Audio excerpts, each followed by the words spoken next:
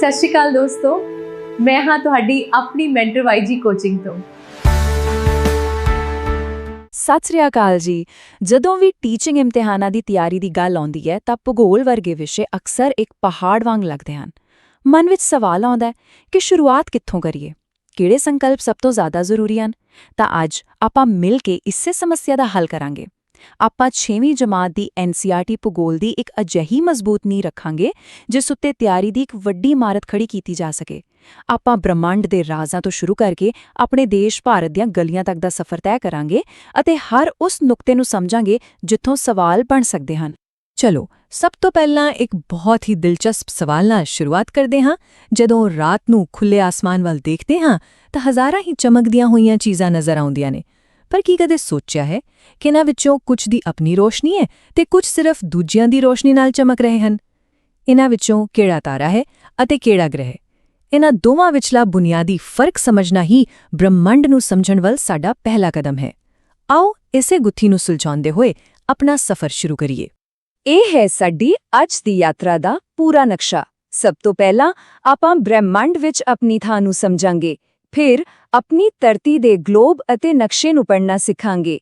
ਇਸ ਤੋਂ ਬਾਅਦ ਧਰਤੀ ਦੀਆਂ ਗਤੀਆਂ ਬਾਰੇ ਜਾਣਾਂਗੇ ਜਿਨ੍ਹਾਂ ਨਾਲ ਦਿਨ-ਰਾਤ ਅਤੇ ਮੌਸਮ ਬਣਦੇ ਹਨ। ਫਿਰ ਧਰਤੀ ਦੇ ਉਹਨਾਂ ਹਿੱਸਿਆਂ ਦੀ ਗੱਲ ਕਰਾਂਗੇ ਜਿੱਥੇ ਜੀਵਨ ਸੰਭਵ ਹੈ ਅਤੇ ਅਖੀਰ ਵਿੱਚ ਇਨ੍ਹਾਂ ਸਾਰੇ ਸੰਕਲਪਾਂ ਨੂੰ ਵਰਤਦੇ ਹੋਏ ਖਾਸ ਤੌਰ ਤੇ ਆਪਣੇ ਦੇਸ਼ ਭਾਰਤ ਦੇ ਭੂਗੋਲ, ਇੱਥੋਂ ਦੇ ਜਲਵਾਯੂ ਅਤੇ ਜੰਗਲੀ ਜੀਵਨ ਤੇ ਧਿਆਨ ਦੇਵਾਂਗੇ। ਤਾਂ ਫਿਰ ਚੱਲਦੇ ਹਾਂ ਆਪਣੇ ਪਹਿਲੇ ਪੜਾਅ ਵੱਲ, ਬ੍ਰਹਿਮੰਡ ਵਿੱਚ ਸਾਡਾ ਸਥਾਨ। ਦੇਖੋ, ਰਾਤ ਦੇ ਆਕਾਸ਼ ਵਿੱਚ ਸੂਰਜ, ਚੰਦਰਮਾ ਅਤੇ ਉਹ ਸਾਰੀਆਂ ਚੀਜ਼ਾਂ ਜੋ ਚਮਕਦੀਆਂ ਹਨ, ਉਹਨਾਂ ਸਭ ਨੂੰ ਇਕੱਠੇ ਤੌਰ ਤੇ ਖਗੋਲੀ ਪਿੰਡ ਕਿਹਾ ਜਾਂਦਾ ਹੈ, ਜਿਸ ਨੂੰ ਅਸੀਂ ਅੰਗਰੇਜ਼ੀ ਵਿੱਚ ਸੈਲੈਸਟੀਅਲ ਬਾਡੀਜ਼ ਕਹਿੰਦੇ ਹਾਂ। ਇਹ ਸਾਰੇ ਸਾਡੇ ਬ੍ਰਹਿਮੰਡ ਦੇ ਮੈਂਬਰ ਹਨ। ਠਹਿਰੋ, ਵੀਡੀਓ ਤਾਂ ਤੁਸੀਂ ਪੂਰੀ ਦੇਖ ਲਵੋਗੇ, ਪਰ ਬਿਨਾਂ ਨੋਟਸ ਤੋਂ ਇਹ ਸਾਰੇ ਟੌਪਿਕਸ ਦਿਮਾਗ ਵਿੱਚੋਂ ਨਿਕਲ ਜਾਣਗੇ। ਇਸ ਲਈ ਵਾਈਜੀ ਕੋਚਿੰਗ ਦੇ ਬਿਹਤਰੀਨ ਨੋਟਸ ਅਤੇ ਟੈਸਟ ਸੀਰੀਜ਼ ਖਰੀਦਣ ਲਈ ਹੁਣੇ 9653816752 ਤੇ ਕਾਲ ਜਾਂ WhatsApp ਕਰੋ ਜੀ। ਹੁਣ ਆਉਂਦੇ ਹਾਂ ਸਾਡੇ ਪਹਿਲੇ ਸਵਾਲ ਦੇ ਜਵਾਬ ਤੇ। ਤਾਰਿਆਂ ਅਤੇ ਗ੍ਰਹਿਾਂ ਵਿੱਚ ਆਖਰ ਫਰਕ ਕੀ ਹੈ? ਦੇਖੋ, ਤਾਰੇ ਜਿਵੇਂ ਕਿ ਆਪਣਾ ਸੂਰਜ ਬਹੁਤ ਵੱਡੇ ਅਤੇ ਗਰਮ ਹੁੰਦੇ ਨੇ। ਇਹ ਗੈਸਾਂ ਦੇ ਬਣੇ ਹੁੰਦੇ ਨੇ ਅਤੇ ਇਹਨਾਂ ਕੋਲ ਆਪਣੀ ਗਰਮੀ ਅਤੇ ਰੋਸ਼ਨੀ ਹੁੰਦੀ ਹੈ ਜਿਸ ਨੂੰ ਉਹ ਬਹੁਤ ਵੱਡੀ ਮਾਤਰਾ ਵਿੱਚ ਛੱਡਦੇ ਹਨ। ਦੂਜੇ ਪਾਸੇ ਕੁਝ ਖਗੋਲੀ ਪਿੰਡ ਅਜਿਹੇ ਹੁੰਦੇ ਨੇ ਜਿਨ੍ਹਾਂ ਕੋਲ ਆਪਣੀ ਗਰਮੀ ਜਾਂ ਰੋਸ਼ਨੀ ਨਹੀਂ ਹੁੰਦੀ। ਉਹਨਾਂ ਨੂੰ ਗ੍ਰਹਿ ਕਿਹਾ ਜਾਂਦਾ ਹੈ, ਯਾਨੀ ਕਿ ਪਲੈਨਟ। ਇਹ ਸਿਰਫ ਤਾਰਿਆਂ ਦੀ ਰੋਸ਼ਨੀ ਨੂੰ ਹੀ ਵਾਪਸ ਭੇਜਦੇ ਹਨ, ਜਿਸ ਕਰਕੇ ਚਮਕਦੇ ਨੇ। ਪਲੈਨਟ ਸ਼ਬਦ ਯੂਨਾਨੀ ਭਾਸ਼ਾ ਦੇ ਸ਼ਬਦ ਪਲੈਨੇਟਾਏ ਤੋਂ ਆਇਆ ਹੈ, ਜਿਸ ਦਾ ਮਤਲਬ ਹੈ ਘੁੰਮਣ ਵਾਲਾ। ਜਦੋਂ ਅਸੀਂ ਰਾਤ ਨੂੰ ਅਸਮਾਨ ਵੱਲ ਦੇਖਦੇ ਹਾਂ ਤਾਂ ਕਈ ਵਾਰ ਤਾਰਿਆਂ ਦੇ ਵੱਖ-ਵੱਖ ਸਮੂਹ ਕੁਝ ਖਾਸ ਆਕਾਰ ਬਣਾਉਂਦੇ ਨਜ਼ਰ ਆਉਂਦੇ ਹਨ। ਇਹਨਾਂ ਨੂੰ ਨਛੱਤਰ ਮੰਡਲ ਕਿਹਾ ਜਾਂਦਾ ਹੈ, ਅੰਗਰੇਜ਼ੀ ਵਿੱਚ ਕੌਨਸਟੇਲੇਸ਼ਨ। ਉਰਸਾ ਮੇਜਰ ਜਾਂ ਵੱਡਾ ਰਿੱਛ ਇੱਕ ਅਜਿਹਾ ਹੀ ਨਛੱਤਰ ਮੰਡਲ ਹੈ। ਭਾਰਤ ਵਿੱਚ ਅਸੀਂ ਇਸ ਦੇ ਖਾਸ ਹਿੱਸੇ ਨੂੰ ਸਪਤਰਿਸ਼ੀ ਯਾਨੀ ਸਤਰਿਸ਼ੀਆਂ ਦੇ ਨਾਮ ਨਾਲ ਜਾਣਦੇ ਹਾਂ। ਕਿੰਨੀ ਦਿਲਚਸਪ ਗੱਲ ਹੈ ਕਿ ਪੁਰਾਣੇ ਜ਼ਮਾਨੇ ਵਿੱਚ ਲੋਕ ਰਾਤ ਨੂੰ ਦਿਸ਼ਾਵਾਂ ਦਾ ਪਤਾ ਲਗਾਉਣ ਲਈ ਇਹਨਾਂ ਤਾਰਿਆਂ ਦੀ ਵਰਤੋਂ ਕਰਦੇ ਸਨ। ਧਰੁਵ ਤਾਰਾ ਹਮੇਸ਼ਾ ਉੱਤਰ ਦਿਸ਼ਾ ਨੂੰ ਦਰਸਾਉਂਦਾ ਹੈ ਅਤੇ ਸਪਤਰਿਸ਼ੀ ਦੀ ਮਦਦ ਨਾਲ ਇਸ ਨੂੰ ਬੜੀ ਆਸਾਨੀ ਨਾਲ ਲੱਭਿਆ ਜਾ ਸਕਦਾ ਸੀ। ਹਾਂਜੀ, ਤਾਂ ਸਾਡਾ ਸੂਰਜ 8 ਗ੍ਰਹਿ, ਉਪਗ੍ਰਹਿ ਅਤੇ ਕੁਝ ਹੋਰ ਖਗੋਲੀ ਪਿੰਡ ਮਿਲ ਕੇ ਸਾਡਾ ਸੂਰਜੀ ਮੰਡਲ ਬਣਾਉਂਦੇ ਹਨ। ਸੂਰਜ ਤੋਂ ਦੂਰੀ ਦੇ ਹਿਸਾਬ ਨਾਲ ਗ੍ਰਹਿਾਂ ਦਾ ਕ੍ਰਮ ਯਾਦ ਰੱਖਣਾ ਇਮਤਿਹਾਨਾਂ ਲਈ ਬਹੁਤ ਹੀ ਜ਼ਰੂਰੀ ਹੈ। ਇਹ ਕ੍ਰਮ ਇਸ ਤਰ੍ਹਾਂ ਹੈ: ਸਭ ਤੋਂ ਨੇੜੇ ਬੁੱਧ, ਫਿਰ ਸ਼ੁੱਕਰ, ਧਰਤੀ, ਮੰਗਲ, ਬ੍ਰਹਸਪਤੀ, ਸ਼ਨੀ, ਯੂਰੇਨਸ ਅਤੇ ਸਭ ਤੋਂ ਦੂਰ ਨੈਪਚੂਨ। ਇਸ ਕ੍ਰਮ ਨੂੰ ਚੰਗੀ ਤਰ੍ਹਾਂ ਯਾਦ ਕਰ ਲੈਣਾ ਚਾਹੀਦਾ ਹੈ ਕਿਉਂਕਿ ਇਸ ਤੇ ਸਵਾਲ ਅਕਸਰ ਬਣਦਾ ਹੈ। ਆਓ ਹੁਣ ਇਹਨਾਂ ਗ੍ਰਹਿਾਂ ਦੀਆਂ ਕੁਝ ਖਾਸ ਗੱਲਾਂ ਜਾਣਦੇ ਹਾਂ। ਬੁੱਧ ਸੂਰਜ ਦੇ ਸਭ ਤੋਂ ਨੇੜੇ ਹੈ ਅਤੇ ਸਿਰਫ 88 ਦਿਨਾਂ ਵਿੱਚ ਹੀ ਸੂਰਜ ਦੁਆਲੇ ਆਪਣਾ ਚੱਕਰ ਪੂਰਾ ਕਰ ਲੈਂਦਾ ਹੈ। ਸ਼ੁੱਕਰ ਨੂੰ ਧਰਤੀ ਦਾ ਜੁੜਵਾਂ ਗ੍ਰਹਿ ਵੀ ਕਿਹਾ ਜਾਂਦਾ ਹੈ ਕਿਉਂਕਿ ਇਸ ਦਾ ਆਕਾਰ ਤੇ ਬਨਾਵਟ ਲਗਭਗ ਧਰਤੀ ਵਰਗੀ ਹੀ ਹੈ। ਸਾਡੀ ਧਰਤੀ, ਜਿਸ ਨੂੰ ਪਾਣੀ ਕਰਕੇ ਨੀਲਾ ਗ੍ਰਹਿ ਕਿਹਾ ਜਾਂਦਾ ਹੈ, ਦਾ ਆਕਾਰ ਪੂਰੀ ਤਰ੍ਹਾਂ ਗੋਲ ਨਹੀਂ ਹੈ। ਇਹ ਧਰੁਆਂ ਤੇ ਥੋੜੀ ਜਿਹੀ ਚਪਟੀ ਹੈ। ਇਸ ਖਾਸ ਆਕਾਰ ਨੂੰ ਭੂ-ਆਬ ਕਿਹਾ ਜਾਂਦਾ ਹੈ, ਅੰਗਰੇਜ਼ੀ ਵਿੱਚ ਜੀਓਇਡ। ਮੰਗਲ ਲਾਲ ਗ੍ਰਹਿ ਹੈ।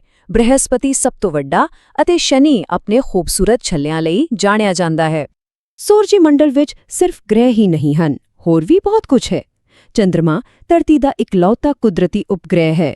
ਇੱਕ ਦਿਲਚਸਪ ਗੱਲ ਇਹ ਹੈ ਕਿ ਇਹ ਆਪਣੀ ਧੁਰੀ ਤੇ ਘੁੰਮਣ ਅਤੇ ਧਰਤੀ ਦੁਆਲੇ ਚੱਕਰ ਲਗਾਉਣ ਵਿੱਚ ਇੱਕੋ ਜਿੰਨਾ ਸਮਾਂ ਲੈਂਦਾ ਹੈ, ਲਗਭਗ 27 ਦਿਨ। ਇਸੇ ਕਰਕੇ ਸਾਨੂੰ ਹਮੇਸ਼ਾ ਚੰਦਰਮਾ ਦਾ ਇੱਕੋ ਪਾਸਾ ਦਿਖਾਈ ਦਿੰਦਾ ਹੈ। ਫਿਰ ਮੰਗਲ ਅਤੇ ਬ੍ਰਹਿਸਪਤੀ ਦੀਆਂ ਕਖਿਆਵਾਂ ਦੇ ਵਿਚਕਾਰ ਅਣਗਿਣਤ ਛੋਟੇ-ਛੋਟੇ ਪੱਥਰ ਘੁੰਮਦੇ ਹਨ।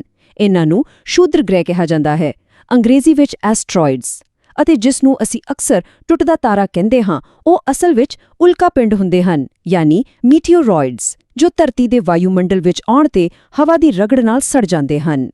ਚਲੋ ਹੁਣ ਬ੍ਰਹਮੰਡ ਤੋਂ ਵਾਪਸ ਆਪਣੀ ਪਿਆਰੀ ਧਰਤੀ ਤੇ ਆਨੇ ਹਾਂ। ਇੰਨੀ ਵੱਡੀ ਧਰਤੀ ਦੇ ਕਿਸੇ ਵੀ ਜਗ੍ਹਾ ਦਾ ਸਹੀ ਪਤਾ ਲਗਾਉਣ ਲਈ ਅਸੀਂ ਗਲੋਬ ਦੇ ਕੁਝ ਕਾਲਪਨਿਕ ਰੇਖਾਵਾਂ ਦੀ ਵਰਤੋਂ ਕਰਦੇ ਹਾਂ। ਸਮਝ ਲਵੋ ਕਿ ਇਹ ਰੇਖਾਵਾਂ ਸਾਡੀ ਧਰਤੀ ਦਾ ਐਡਰੈਸ ਸਿਸਟਮ ਹਨ। ਇਹਨਾਂ ਵਿੱਚੋਂ ਪਹਿਲੀ ਕਿਸਮ ਦੀਆਂ ਰੇਖਾਵਾਂ ਹਨ ਅਖਾਂਸ਼, ਜਿਨ੍ਹਾਂ ਨੂੰ ਅੰਗਰੇਜ਼ੀ ਵਿੱਚ ਲੈਟੀਟਿਊਡਸ ਕਿਹਾ ਜਾਂਦਾ ਹੈ। ਇਹ ਪੂਰਬ ਤੋਂ ਪੱਛਮ ਵੱਲ ਖਿੱਚੀਆਂ ਗਈਆਂ ਲੇਟਵੀਆਂ ਰੇਖਾਵਾਂ ਹਨ। 0 ਡਿਗਰੀ ਅਖਾਂਸ਼ ਨੂੰ ਭੂ-ਮੱਧ ਰੇਖਾ ਜਾਂ ਇਕੁਏਟਰ ਕਹਿੰਦੇ ਹਨ। ਇਹ ਧਰਤੀ ਨੂੰ 2 ਬਰਾਬਰ ਹਿੱਸਿਆਂ ਵਿੱਚ ਵੰਡਦੀ ਹੈ, ਉੱਤਰੀ ਗੋਲਾਰਧ ਅਤੇ ਦੱਖਣੀ ਗੋਲਾਰਧ। ਇਸ ਤੋਂ ਇਲਾਵਾ ਕੁਝ ਹੋਰ ਬਹੁਤ ਮਹੱਤਵਪੂਰਨ ਅਖਾਂਸ਼ ਹਨ, ਜਿਵੇਂ ਕਿ 23.5 ਡਿਗਰੀ ਉੱਤਰ ਤੇ ਕਰਕ ਰੇਖਾ ਅਤੇ 23.5 ਡਿਗਰੀ ਦੱਖਣ ਤੇ ਮਕਰ ਰੇਖਾ। ਇਹਨਾਂ ਨੂੰ ਯਾਦ ਰੱਖਣਾ ਜ਼ਰੂਰੀ ਹੈ। ਇਹੀ ਅਕਸ਼ਾਂਸ਼ ਰੇਖਾਵਾਂ ਧਰਤੀ ਨੂੰ ਵੱਖ-ਵੱਖ ਤਾਪ ਕਟਿਬੰਧਾਂ ਵਿੱਚ ਵੰਡੀਆਂ ਹਨ, ਜਿਨ੍ਹਾਂ ਨੂੰ ਅੰਗਰੇਜ਼ੀ ਵਿੱਚ ਹੀਟ ਜ਼ੋਨਸ ਕਿਹਾ ਜਾਂਦਾ ਹੈ। ਕਰਕ ਰੇਖਾ ਅਤੇ ਮਕਰ ਰੇਖਾ ਦੇ ਵਿਚਕਾਰਲੇ ਖੇਤਰ ਵਿੱਚ ਸੂਰਜ ਦੀਆਂ ਕਿਰਨਾਂ ਸਿੱਧੀਆਂ ਪੈਂਦੀਆਂ ਹਨ, ਇਸ ਲਈ ਇੱਥੇ ਸਭ ਤੋਂ ਵੱਧ ਗਰਮੀ ਹੁੰਦੀ ਹੈ। ਇਸ ਨੂੰ ਊਸ਼ਣ ਕਟਿਬੰਧ ਕਹਿੰਦੇ ਹਨ। ਇਸ ਤੋਂ ਧਰੁਆਂ ਵੱਲ ਜਾਂਦੇ ਹੋਏ ਸੂਰਜ ਦੀਆਂ ਕਿਰਨਾਂ ਤਿਰਛੀਆਂ ਹੋ ਜਾਂਦੀਆਂ ਹਨ, ਜਿਸ ਕਰਕੇ ਉੱਥੇ ਤਾਪਮਾਨ ਦਰਮਿਆਨਾ ਰਹਿੰਦਾ ਹੈ। ਇਹਨਾਂ ਨੂੰ ਸ਼ੀਤੋਸ਼ਣ ਕਟਿਬੰਧ ਕਹਿੰਦੇ ਹਨ। ਅਤੇ ਬਿਲਕੁਲ ਧਰੁਵਾਂ ਦੇ ਨੇੜੇ ਦੇ ਖੇਤਰ, ਜਿੱਥੇ ਬਹੁਤ ਜ਼ਿਆਦਾ ਠੰਡ ਹੁੰਦੀ ਹੈ, ਉਹਨਾਂ ਨੂੰ ਸ਼ੀਤ ਕਟਿਬੰਧ ਕਿਹਾ ਜਾਂਦਾ ਹੈ। ਹੁਣ ਗੱਲ ਕਰਦੇ ਹਾਂ ਦੂਜੀ ਕਿਸਮ ਦੀਆਂ ਰੇਖਾਵਾਂ ਦੀ, ਜਿਨ੍ਹਾਂ ਨੂੰ ਦੇਸ਼ਾਂਤਰ ਕਿਹਾ ਜਾਂਦਾ ਹੈ, ਯਾਨੀ ਲੌਂਗੀਟਿਊਡ। ਇਹ ਉੱਤਰੀ ਧਰੁਵ ਤੋਂ ਦੱਖਣੀ ਧਰੁਵ ਤੱਕ ਖਿੱਚੀਆਂ ਗਈਆਂ ਖੜੀਆਂ ਰੇਖਾਵਾਂ ਹਨ ਅਤੇ ਇਹਨਾਂ ਦਾ ਮੁੱਖ ਕੰਮ ਸਮਾਂ ਦੱਸਣਾ ਹੈ।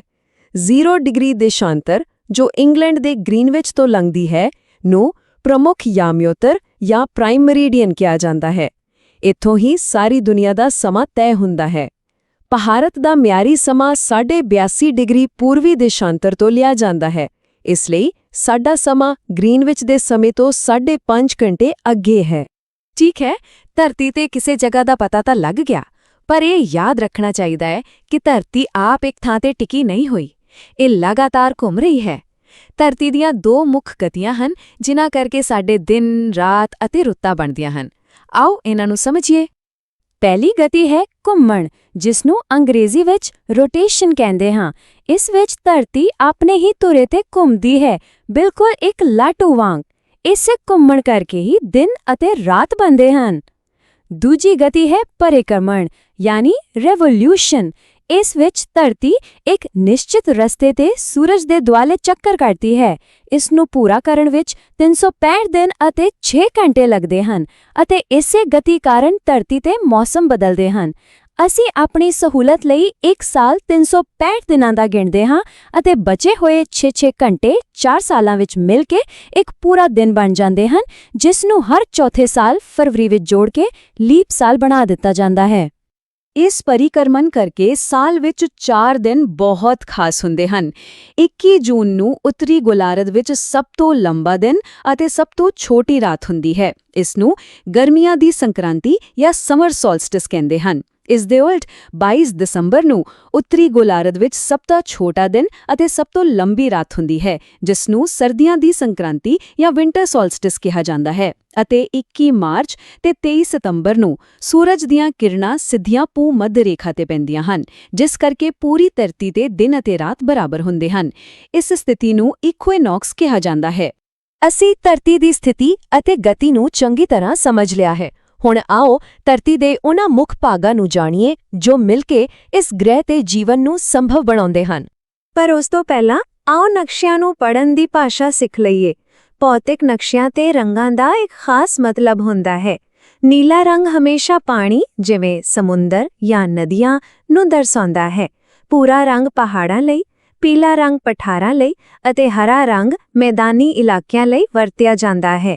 ਇਹ ਰੰਗ ਸਾਨੂੰ ਇੱਕ ਨਜ਼ਰ ਵਿੱਚ ਹੀ ਕਿਸੇ ਵੀ ਜਗ੍ਹਾ ਦੀ ਬਣਤਰ ਸਮਝਣ ਵਿੱਚ ਮਦਦ ਕਰਦੇ ਹਨ। ਧਰਤੀ ਦੇ 4 ਮੁੱਖ ਪਰਿਮੰਡਲ ਜਾਂ ਖੇਤਰ ਹਨ।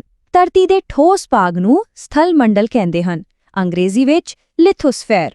ਪਾਣੀ ਵਾਲੇ ਸਾਰੇ ਹਿੱਸੇ ਨੂੰ, ਜੋ ਧਰਤੀ ਦਾ 71% ਹਿੱਸਾ ਹੈ, ਜਲ ਮੰਡਲ ਕਹਿੰਦੇ ਹਨ, ਯਾਨੀ ਹਾਈਡਰੋਸਫੇਅਰ। ਧਰਤੀ ਦੇ ਆਲੇ-ਦੁਆਲੇ ਗੈਸਾਂ ਦੀ ਪਰਤ ਨੂੰ ਵਾਯੂਮੰਡਲ ਕਿਹਾ ਜਾਂਦਾ ਹੈ, ਯਾਨੀ ਐਟਮੋਸਫੇਅਰ, ਜਿਸ ਵਿੱਚ ਮੁੱਖ ਤੌਰ ਤੇ 78% ਨਾਈਟ੍ਰੋਜਨ ਅਤੇ 21% ਆਕਸੀਜਨ ਹੁੰਦੀ ਹੈ। ਅਤੇ ਇਹਨਾਂ ਤਿੰਨਾਂ ਦਾ ਉਹ ਤੰਗ ਖੇਤਰ ਜਿੱਥੇ ਜ਼ਮੀਨ, ਪਾਣੀ ਅਤੇ ਹਵਾ ਮਿਲਦੇ ਹਨ ਅਤੇ ਜੀਵਨ ਨੂੰ ਸੰਭਵ ਬਣਾਉਂਦੇ ਹਨ, ਉਸ ਨੂੰ ਜੀਵ ਮੰਡਲ ਕਹਿੰਦੇ ਹਨ, ਅੰਗਰੇਜ਼ੀ ਵਿੱਚ ਬਾਇਓਸਫੇਅਰ। ਹੁਣ ਜਦੋਂ ਅਸੀਂ ਵਿਸ਼ਵ ਪੱਧਰ ਤੇ ਭੂਗੋਲ ਦੇ ਮੁੱਢਲੇ ਸੰਕਲਪਾਂ ਨੂੰ ਸਮਝ ਲਿਆ ਹੈ, ਤਾਂ ਆਓ ਇਨ੍ਹਾਂ ਸਾਰੀਆਂ ਗੱਲਾਂ ਨੂੰ ਆਪਣੀ ਦੇਸ਼ ਭਾਰਤ ਦੇ ਸੰਦਰਭ ਵਿੱਚ ਵੇਖੀਏ। ਭਾਰਤ ਦੀ ਭੂਗੋਲਿਕ ਬਣਤਰ ਵਿੱਚ ਬਹੁਤ ਵਿਭਿੰਨਤਾ ਹੈ। ਇਸ ਨੂੰ ਮੁੱਖ ਤੌਰ ਤੇ 5 ਭਾਗਾਂ ਵਿੱਚ ਵੰਡਿਆ ਜਾ ਸਕਦਾ ਹੈ। ਉੱਤਰ ਵਿੱਚ ਬਰਫ਼ ਨਾਲ ਢਕੇ ਮਹਾਨ ਹਿਮਾਲਿਆ ਪਰਬਤ ਹਨ, ਜਿਨ੍ਹਾਂ ਦੀਆਂ 3 ਮੁੱਖ ਸ਼੍ਰੇਣੀਆਂ ਹਨ। ਹਿਮਾਲਿਆ ਦੇ ਦੱਖਣ ਵਿੱਚ ਉਪਜਾਊ ਉੱਤਰੀ ਮੈਦਾਨ ਹਨ। ਦੱਖਣ ਵਿੱਚ ਤ੍ਰਿਕੋਣੇ ਆਕਾਰ ਦਾ ਪ੍ਰਾਇਦੀਪੀ ਪਠਾਰ ਹੈ। ਇਸ ਪਠਾਰ ਦੇ ਪੱਛਮ ਅਤੇ ਪੂਰਬ ਵਿੱਚ ਤੱਟਵਰਤੀ ਮੈਦਾਨ ਫੈਲੇ ਹੋਏ ਹਨ ਅਤੇ ਅੰਤ ਵਿੱਚ 2 ਮੁੱਖ ਟਾਪੂ ਸਮੂਹ ਹਨ, ਅਰਬ ਸਾਗਰ ਵਿੱਚ ਲਕਸ਼ਦੀਪ ਅਤੇ ਬੰਗਾਲ ਦੀ ਖਾੜੀ ਵਿੱਚ ਅੰਡੇਮਾਨ ਅਤੇ ਨਿਕੋਬਾਰ। ਭਾਰਤ ਦੀ ਇਹ ਵੱਖ-ਵੱਖ ਤਰ੍ਹਾਂ ਦੀ ਭੂਗੋਲਿਕ ਬਣਤਰ ਹੀ ਇੱਥੋਂ ਦੇ ਜਲਵਾਯੂ, ਬਨਸਪਤੀ ਅਤੇ ਜੰਗਲੀ ਜੀਵਨ ਨੂੰ ਵੀ ਵਿਭਿੰਨ ਬਣਾਉਂਦੀ ਹੈ। ਚਲੋ ਹੁਣ ਇਸ ਤੇ ਇੱਕ ਨਜ਼ਰ ਮਾਰਦੇ ਹਾਂ। ਭਾਰਤ ਦੇ ਜਲਵਾਯੂ ਨੂੰ ਮੋਟੇ ਤੌਰ ਤੇ ਮਾਨਸੂਨੀ ਜਲਵਾਯੂ ਕਿਹਾ ਜਾਂਦਾ ਹੈ। ਮਾਨਸੂਨ ਸ਼ਬਦ ਦਾ ਅਰਥ ਹੈ ਹਵਾਵਾਂ ਦਾ ਮੌਸਮ ਅਨੁਸਾਰ ਆਪਣੀ ਦਿਸ਼ਾ ਬਦਲ ਲੈਣਾ। ਗਰਮੀਆਂ ਵਿੱਚ ਦੱਖਣ ਪੱਛਮੀ ਮਾਨਸੂਨ ਸਮੁੰਦਰ ਤੋਂ ਜ਼ਮੀਨ ਵੱਲ ਚਲਦੀ ਹੈ ਅਤੇ ਦੇਸ਼ ਦੇ ਜ਼ਿਆਦਾਤਰ ਹਿੱਸੇ ਵਿੱਚ ਬਾਰਿਸ਼ ਕਰਦੀ ਹੈ। ਸਰਦੀਆਂ ਵਿੱਚ ਪਤਝੜ ਦੇ ਮੌਸਮ ਦੌਰਾਨ ਹਵਾਵਾਂ ਜ਼ਮੀਨ ਤੋਂ ਸਮੁੰਦਰ ਵੱਲ ਵਾਪਸ ਮੁੜਦੀਆਂ ਹਨ। ਇਸ ਨੂੰ ਵਾਪਸ ਮੁੜਦੀ ਮਾਨਸੂਨ ਕਹਿੰਦੇ ਹਨ, ਜੋ ਖਾਸ ਕਰਕੇ ਤਾਮਿਲਨਾਡੂ ਅਤੇ ਆਂਧਰਾ ਪ੍ਰਦੇਸ਼ ਦੇ ਤੱਟਾਂ ਤੇ ਬਾਰਿਸ਼ ਦਾ ਕਾਰਨ ਬਣਦੀ ਹੈ। ਅਤੇ ਅੰਤ ਵਿੱਚ ਆਓ ਕੁਝ ਤੇਜ਼ ਪਰ ਬਹੁਤ ਮਹੱਤਵਪੂਰਨ ਤੱਥਾਂ ਤੇ ਨਜ਼ਰ ਮਾਰੀਏ, ਜੋ ਅਕਸਰ ਇਮਤਿਹਾਨਾਂ ਵਿੱਚ ਸਿੱਧੇ ਪੁੱਛੇ ਜਾਂਦੇ ਹਨ। ਭਾਰਤ ਦਾ ਰਾਸ਼ਟਰੀ ਪਸ਼ੂ ਬਾਘ ਅਤੇ ਰਾਸ਼ਟਰੀ ਪੰਛੀ ਮੋਰ ਹੈ। ਗੁਜਰਾਤ ਦਾ ਗਿਰ ਜੰਗਲ ਏਸ਼ੀਆਈ ਸ਼ੇਰਾਂ ਦਾ ਇੱਕੋ ਇੱਕ ਕੁਦਰਤੀ ਘਰ ਹੈ। ਅਸਾਮ ਦੇ ਜੰਗਲਾਂ ਵਿੱਚ ਇੱਕ ਸਿੰਗ ਵਾਲੇ ਗੈਂਡੇ ਪਾਏ ਜਾਂਦੇ ਹਨ ਅਤੇ ਹਰ ਸਾਲ ਅਕਤੂਬਰ ਦੇ ਪਹਿਲੇ ਹਫ਼ਤੇ ਨੂੰ ਜੰਗਲੀ ਜੀਵਾਂ ਦੀ ਸੁਰੱਖਿਆ ਲਈ ਜਾਗਰੂਕਤਾ ਫੈਲਾਉਣ ਵਾਸਤੇ ਜੰਗਲੀ ਜੀਵ ਹਫ਼ਤੇ ਵਜੋਂ ਮਨਾਇਆ ਜਾਂਦਾ ਹੈ। ਸੋ ਇਹ ਸੀ 6ਵੀਂ ਜਮਾਤ ਦੀ ਭੂਗੋਲ ਦਾ ਇੱਕ ਪੂਰਾ ਸਫ਼ਰ। ਆਓ ਇੱਕ ਵਾਰ ਛਾਤ ਮਾਰੀਏ ਕਿ ਅਸੀਂ ਕੀ ਸਿੱਖਿਆ। ਅਸੀਂ ਤਾਰਿਆਂ ਅਤੇ ਗ੍ਰਹਿਾਂ ਵਿਚਲਾ ਫਰਕ ਸਮਝਿਆ, ਧਰਤੀ ਨੂੰ ਮਾਪਣ ਲਈ ਅਕਸ਼ਾਂਸ਼, ਲੈਟੀਟਿਊਡਸ ਅਤੇ ਦਿਸ਼ਾਂਤਰ, ਲੌਂਗੀਟਿਊਡਸ ਦੇ ਜਾਲ ਨੂੰ ਜਾਣਿਆ। ਧਰਤੀ ਦੀਆਂ 2 ਮੁੱਖ ਗਤੀਆਂ, ਘੁੰਮਣ, ਰੋਟੇਸ਼ਨ ਅਤੇ ਪਰਿਕਰਮਣ, ਰਿਵੋਲੂਸ਼ਨ ਅਤੇ ਉਹਨਾਂ ਦੇ ਪ੍ਰਭਾਵਾਂ ਨੂੰ ਸਮਝਿਆ। ਧਰਤੀ ਦੇ 4 ਜੀਵਨ ਖੇਤਰਾਂ, ਸਥਲ ਮੰਡਲ, ਜਲ ਮੰਡਲ, ਵਾਯੂ ਮੰਡਲ ਅਤੇ ਜੀਵ ਮੰਡਲ ਬਾਰੇ ਪੜ੍ਹਿਆ। ਅਤੇ ਅੰਤ ਵਿੱਚ ਭਾਰਤ ਦੀਆਂ ਭੌਤਿਕ ਵੰਡਾਂ ਅਤੇ ਮਾਨਸੂਨੀ ਜਲਵਾਯੂ ਨੂੰ ਸਮਝਿਆ। ਸਭ ਤੋਂ ਜ਼ਰੂਰੀ ਗੱਲ ਇਹ ਹੈ ਕਿ ਇਹ ਸਾਰੇ ਸੰਕਲਪ ਇੱਕ ਦੂਜੇ ਨਾਲ ਜੁੜੇ ਹੋਏ ਹਨ। ਹੁਣ ਜਾਂਦੇ-ਜਾਂਦੇ ਇੱਕ ਸਵਾਲ ਸੋਚਣ ਲਈ। ਅਸੀਂ ਪੜ੍ਹਿਆ ਕਿ ਧਰਤੀ 71% ਪਾਣੀ ਨਾਲ ਢਕੀ ਹੋਈ ਹੈ ਅਤੇ ਇਸ ਨੂੰ ਨੀਲਾ ਗ੍ਰਹਿ ਕਿਹਾ ਜਾਂਦਾ ਹੈ। ਤਾਂ ਫਿਰ ਦੁਨੀਆ ਭਰ ਵਿੱਚ ਪਾਣੀ ਦੀ ਕਮੀ ਦਾ ਸਾਹਮਣਾ ਕਿਉਂ ਕਰਨਾ ਪੈ ਰਿਹਾ ਹੈ? ਇਸ ਬਾਰੇ ਜ਼ਰੂਰ ਸੋਚਣਾ। ਚਲੋ ਅੱਜ ਆਪਾਂ ਇੱਕ ਅਜਿਹੀ ਸਫ਼ਰ ਤੇ ਚੱਲਦੇ ਹਾਂ ਜਿਹੜਾ ਸਾਡੇ ਪੈਰਾਂ ਹੇਠਲੀ ਜ਼ਮੀਨ ਤੋਂ ਸ਼ੁਰੂ ਹੋਵੇਗਾ ਤੇ ਸਿੱਧਾ ਆਸਮਾਨ ਦੀਆਂ ਉਚਾਈਆਂ ਤੱਕ ਜਾਵੇਗਾ। ਕਦੇ ਸੋਚਿਆ ਹੈ ਕਿ ਜਿਸ ਧਰਤੀ ਤੇ ਆਪਾਂ ਰਹਿੰਦੇ ਹਾਂ ਉਹ ਅੰਦਰੋਂ ਕਿਹੋ ਜਿਹੀ ਹੈ? ਜਾਂ ਫਿਰ ਇਹ ਪਹਾੜ, ਨਦੀਆਂ ਤੇ ਮੈਦਾਨ ਆਖਿਰ ਬਣਦੇ ਕਿਵੇਂ ਨੇ? ਆਪਣੇ ਇਸ ਸਫ਼ਰ ਵਿੱਚ ਆਪਾਂ ਸਿਰਫ ਤੱਥਾਂ ਨੂੰ ਰਟਾਂਗੇ ਨਹੀਂ, ਬਲਕਿ ਧਰਤੀ ਦੇ ਹਰ ਇੱਕ ਹਿੱਸੇ ਦੇ ਆਪਸੀ ਸਬੰਧਾਂ ਦੇ ਭੇਤ ਨੂੰ ਸਮਝਾਂਗੇ, ਸੰਘਣੇ ਜੰਗਲਾਂ ਤੋਂ ਲੈ ਕੇ ਸੁੱਕੇ ਰੇਗਿਸਤਾਨਾਂ ਤੱਕ। ਧਰਤੀ ਦੇ ਇਨ੍ਹਾਂ ਭੇਤਾਂ ਨੂੰ ਸਮਝਣ ਲਈ ਆਓ ਇੱਕ ਬਹੁਤ ਹੀ ਸਧਾਰਨ ਜਿਹੀ ਚੀਜ਼ ਦੀ ਮਦਦ ਲਈਏ। ਇੱਕ ਪਿਆਜ਼। ਹਾਂ, ਇੱਕ ਪਿਆਜ਼। ਜਿਵੇਂ ਇੱਕ ਪਿਆਜ਼ ਨੂੰ ਛਿੱਲਣ ਤੇ ਪਰਤ ਦੇ ਉੱਤੇ ਪਰਤ ਨਿਕਲਦੀ ਹੈ, ਬਿਲਕੁਲ ਉਸੇ ਤਰ੍ਹਾਂ ਹੀ ਸਾਡੀ ਧਰਤੀ ਵੀ ਕਈ ਪਰਤਾਂ ਨਾਲ ਬਣੀ ਹੋਈ ਹੈ। ਇਹ ਇੱਕ ਛੋਟੀ ਜਿਹੀ ਤੁਲਨਾ ਸਾਨੂੰ ਧਰਤੀ ਦੀ ਗੁੰਝਲਦਾਰ ਅੰਦਰੂਨੀ ਬਣਤਰ ਨੂੰ ਸਮਝਣ ਲਈ ਇੱਕ ਬਹੁਤ ਹੀ ਮਜ਼ਬੂਤ ਆਧਾਰ ਦਿੰਦੀ ਹੈ। ਤਾਂ ਫਿਰ ਆਓ ਇਸ ਦੀਆਂ ਪਰਤਾਂ ਨੂੰ ਖੋਲ੍ਹਣਾ ਸ਼ੁਰੂ ਕਰੀਏ। ਤਾਂ ਆਪਣੇ ਇਸ ਸਫ਼ਰ ਵਿੱਚ ਆਪਾਂ 6 ਮੁੱਖ ਪੜਾਅ ਪਾਰ ਕਰਾਂਗੇ। ਸਭ ਤੋਂ ਪਹਿਲਾਂ ਆਪਾਂ ਆਪਣੇ ਆਲੇ-ਦੁਆਲੇ ਯਾਨੀ ਵਾਤਾਵਰਣ ਨੂੰ ਸਮਝਾਂਗੇ। ਫਿਰ ਆਪਾਂ ਧਰਤੀ ਦੇ ਬਿਲਕੁਲ ਕੇਂਦਰ ਤੱਕ ਜਾਵਾਂਗੇ, ਇਸ ਦੀ ਲਗਾਤਾਰ ਬਦਲਦੀ ਸਤ੍ਹਾ ਦੇ ਕਾਰਨਾਂ ਨੂੰ ਜਾਣਾਂਗੇ। ਸਾਡੇ ਸਿਰ ਉੱਪਰ ਮੌਜੂਦ ਸੁਰੱਖਿਆ ਕਵਚ ਯਾਨੀ ਵਾਯੂਮੰਡਲ ਦੀ ਪੜਚੋਲ ਕਰਾਂਗੇ। ਫਿਰ ਦੇਖਾਂਗੇ ਕਿ ਪਾਣੀ ਅਤੇ ਜ਼ਮੀਨ ਤੇ ਜ਼ਿੰਦਗੀ ਕਿਵੇਂ ਪਣਪਦੀ ਹੈ। ਅਤੇ ਅਖੀਰ ਵਿੱਚ ਆਪਾਂ ਸਭ ਤੋਂ ਔਖੇ ਹਾਲਾਤਾਂ ਵਿੱਚ ਜੀਵਨ ਦੇ ਢਲਣ ਦੀਆਂ ਕਹਾਣੀਆਂ ਨੂੰ ਖੋਜਾਂਗੇ। ਭਾਗ 1, ਸਾਡਾ ਸੰਸਾਰ, ਵਾਤਾਵਰਣ। ਤਾਂ ਸ਼ੁਰੂਆਤ ਕਰਦੇ ਹਾਂ ਆਪਣੇ ਆਲੇ-ਦੁਆਲੇ ਨੂੰ ਸਮਝਣ ਤੋਂ। ਤਾਂ ਸਵਾਲ ਉੱਠਦਾ ਹੈ, ਵਾਤਾਵਰਣ ਕੀ ਹੈ? ਬਹੁਤ ਹੀ ਸੌਖੇ ਸ਼ਬਦਾਂ ਵਿੱਚ ਜੋ ਕੁਝ ਵੀ ਇਸ ਵੇਲੇ ਸਾਡੇ ਆਸ-ਪਾਸ ਹੈ, ਉਹ ਕਮਰਾ ਜਿੱਥੇ ਆਪਾਂ ਬੈਠੇ ਹਾਂ, ਬਾਹਰਲੇ ਦਰਖਤ, ਸੜਕਾਂ, ਉਹ ਹਵਾ ਜਿਸ ਵਿੱਚ ਆਪਾਂ ਸਾਹ ਲੈਂਦੇ ਹਾਂ, ਇਹ ਸਭ ਕੁਝ ਵਾਤਾਵਰਣ ਦਾ ਹੀ ਹਿੱਸਾ ਹੈ। ਅਸਲ ਵਿੱਚ ਇਹ ਕੁਦਰਤ ਅਤੇ ਇਨਸਾਨਾਂ ਦੁਆਰਾ ਬਣਾਈਆਂ ਚੀਜ਼ਾਂ ਦਾ ਇੱਕ ਅਜਿਹਾ ਜਾਲ ਹੈ ਜੋ ਸਾਡੀ ਜ਼ਿੰਦਗੀ ਨੂੰ ਹਰ ਪਲ ਪ੍ਰਭਾਵਿਤ ਕਰਦਾ ਹੈ। ਇਸ ਨੂੰ ਹੋਰ ਸੌਖਾ ਕਰਨ ਲਈ ਆਓ ਇਸ ਨੂੰ 3 ਹਿੱਸਿਆਂ ਵਿੱਚ ਵੰਡ ਕੇ ਦੇਖਦੇ ਹਾਂ। ਪਹਿਲਾ ਹੈ ਕੁਦਰਤੀ ਵਾਤਾਵਰਣ, ਜਿਸ ਵਿੱਚ ਹਵਾ, ਪਾਣੀ, ਜ਼ਮੀਨ ਅਤੇ ਜੀਵ-ਜੰਤੂ ਆਉਂਦੇ ਨੇ। ਦੂਜਾ ਹੈ ਮਨੁੱਖ ਨਿਰਮਿਤ ਵਾਤਾਵਰਣ, ਜਿਵੇਂ ਸਾਡੇ ਘਰ, ਸੜਕਾਂ, ਪਾਰਕ, ਪੁਲ। ਅਤੇ ਤੀਜਾ ਹਿੱਸਾ, ਅਸੀਂ ਖੁਦ, ਇੱਕ ਵਿਅਕਤੀ ਦੇ ਤੌਰ ਤੇ, ਸਾਡਾ ਪਰਿਵਾਰ ਅਤੇ ਸਾਡਾ ਸਮਾਜ। ਤੇ ਸਭ ਤੋਂ ਜ਼ਰੂਰੀ ਗੱਲ ਇਹ ਹੈ ਕਿ ਇਹ ਤਿੰਨੇ ਹਿੱਸੇ ਵੱਖੋ-ਵੱਖਰੇ ਨਹੀਂ ਹਨ, ਇਹ ਲਗਾਤਾਰ ਇੱਕ ਦੂਜੇ ਤੇ ਅਸਰ ਪਾਉਂਦੇ ਰਹਿੰਦੇ ਨੇ। ਹੁਣ ਜੇ ਕੁਦਰਤੀ ਵਾਤਾਵਰਣ ਦੀ ਗੱਲ ਕਰੀਏ ਤਾਂ ਇਸ ਦੇ ਵੀ 2 ਮੁੱਖ ਹਿੱਸੇ ਨੇ। ਪਹਿਲਾ ਹੈ ਜੀਵੀय, ਜਿਸ ਨੂੰ ਅੰਗਰੇਜ਼ੀ ਵਿੱਚ ਕਹਿੰਦੇ ਨੇ ਬਾਇਓਟਿਕ। ਇਸ ਵਿੱਚ ਸਾਰੀਆਂ ਜੀਵਿਤ ਚੀਜ਼ਾਂ ਸ਼ਾਮਿਲ ਹਨ, ਜਿਵੇਂ ਕਿ ਪੌਦੇ, ਜਾਨਵਰ ਤੇ ਇੱਥੋਂ ਤੱਕ ਕਿ ਛੋਟੇ-ਛੋਟੇ ਬੈਕਟੀਰੀਆ ਵੀ। ਦੂਜਾ ਹਿੱਸਾ ਹੈ ਅਜੀਵੀय, ਜਿਸ ਨੂੰ ਅੰਗਰੇਜ਼ੀ ਵਿੱਚ ਐਬਾਇਓਟਿਕ ਕਹਿੰਦੇ ਹੈ। ਇਸ ਵਿੱਚ ਸਾਰੀਆਂ ਬੇਜਾਨ ਚੀਜ਼ਾਂ ਹੁੰਦੀਆਂ ਨੇ, ਜਿਵੇਂ ਕਿ ਜ਼ਮੀਨ, ਪੱਥਰ, ਪਾਣੀ ਤੇ ਹਵਾ। ਜ਼ਿੰਦਗੀ ਇਹਨਾਂ ਦੋਵਾਂ ਦੇ ਆਪਸੀ ਮੇਲ ਤੋਂ ਹੀ ਚੱਲਦੀ ਹੈ।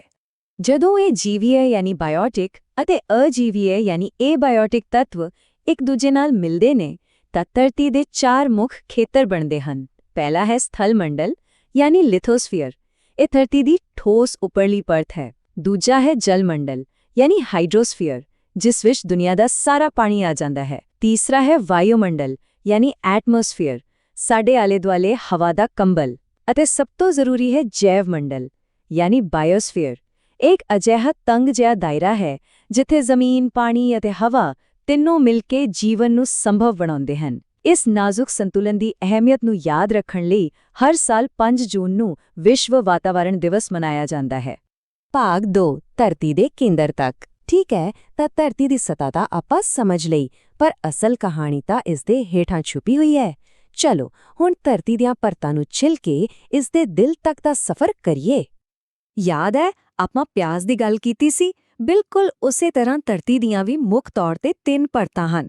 ਸਭ ਤੋਂ ਉੱਪਰਲੀ ਬਹੁਤ ਹੀ ਪਤਲੀ ਪਰਤ ਹੈ ਪਰਪਟੀ, ਜਿਸ ਨੂੰ ਅਸੀਂ ਕਰਸਟ ਕਹਿੰਦੇ ਹਾਂ। ਜੇ ਆਪਾਂ ਧਰਤੀ ਨੂੰ ਇੱਕ ਸੇਬ ਮੰਨੀਏ ਨਾ, ਤਾਂ ਇਹ ਪਰਪਟੀ ਸਿਰਫ ਉਸ ਸੇਬ ਦਾ ਛਿਲਕਾ ਹੈ।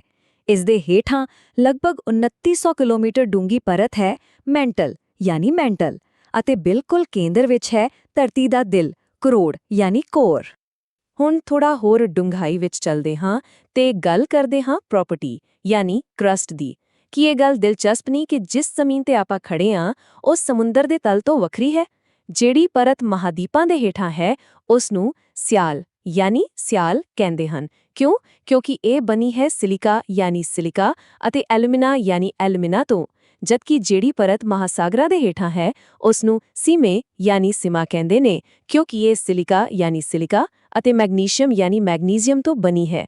ਇਸ ਦਾ ਮਤਲਬ ਇਹ ਹੋਇਆ ਕਿ ਮਹਾਦੀਪ ਹਲਕੇ ਪਦਾਰਥਾਂ ਤੇ ਤੈਰ ਰਹੇ ਨੇ, ਜਦਕਿ ਸਮੁੰਦਰਾਂ ਦਾ ਤਲ ਭਾਰੀ ਹੈ। ਤੇ ਹੁਣ ਆਪਾਂ ਪਹੁੰਚ ਗਏ ਹਾਂ ਧਰਤੀ ਦੇ ਬਿਲਕੁਲ ਕੇਂਦਰ ਵਿੱਚ ਯਾਨੀ ਕੋਰ, ਜਿਸ ਨੂੰ ਕੋਰ ਕਹਿੰਦੇ ਹਾਂ। ਇਹ ਮੁੱਖ ਤੌਰ ਤੇ 2 ਧਾਤਾਂ ਨਿਕਲ ਯਾਨੀ ਨਿਕਲ ਅਤੇ ਲੋਹਾ ਯਾਨੀ ਆਇਰਨ ਨਾਲ ਬਣਿਆ ਹੈ। ਲੋਹੇ ਦਾ ਲੈਟਿਨ ਨਾਮ ਫੈਰਸ ਹੈ, ਇਸ ਲਈ ਇਸ ਪਰਤ ਨੂੰ ਨਿਫੇ ਯਾਨੀ ਨਾਈਫ ਵੀ ਕਿਹਾ ਜਾਂਦਾ ਹੈ। Ni ਨਿਕਲ ਲਈ ਅਤੇ Fe ਫੈਰਸ ਲਈ। ਇੱਥੇ ਦਾ ਤਾਪਮਾਨ ਇੰਨਾ ਜ਼ਿਆਦਾ ਹੈ ਜਿੰਨਾ ਸੂਰਜ ਦੀ ਸਤ੍ਹਾ ਦਾ, ਤੇ ਦਬਾਅ ਇੰਨਾ ਜ਼ਿਆਦਾ ਹੈ ਕਿ ਲੋਹਾ ਵੀ ਠੋਸ ਰੂਪ ਵਿੱਚ ਜੰਮਿਆ ਹੋਇਆ ਹੈ। ਭਾਗ 3, ਬੇਚੈਨ ਬਦਲਦੀ ਧਰਤੀ। ਆਪਾਂ ਨੂੰ ਲੱਗਦਾ ਹੈ ਕਿ ਜ਼ਮੀਨ ਤਾਂ ਬਿਲਕੁਲ ਸਥਿਰ ਹੈ, ਇੱਕ ਥਾਂ ਤੇ ਟਿਕੀ ਹੋਈ, ਪਰ ਸੱਚ ਇਹ ਹੈ ਕਿ ਸਾਡੇ ਪੈਰਾਂ ਹੇਠਲੀ ਧਰਤੀ ਲਗਾਤਾਰ ਬਦਲ ਰਹੀ ਹੈ।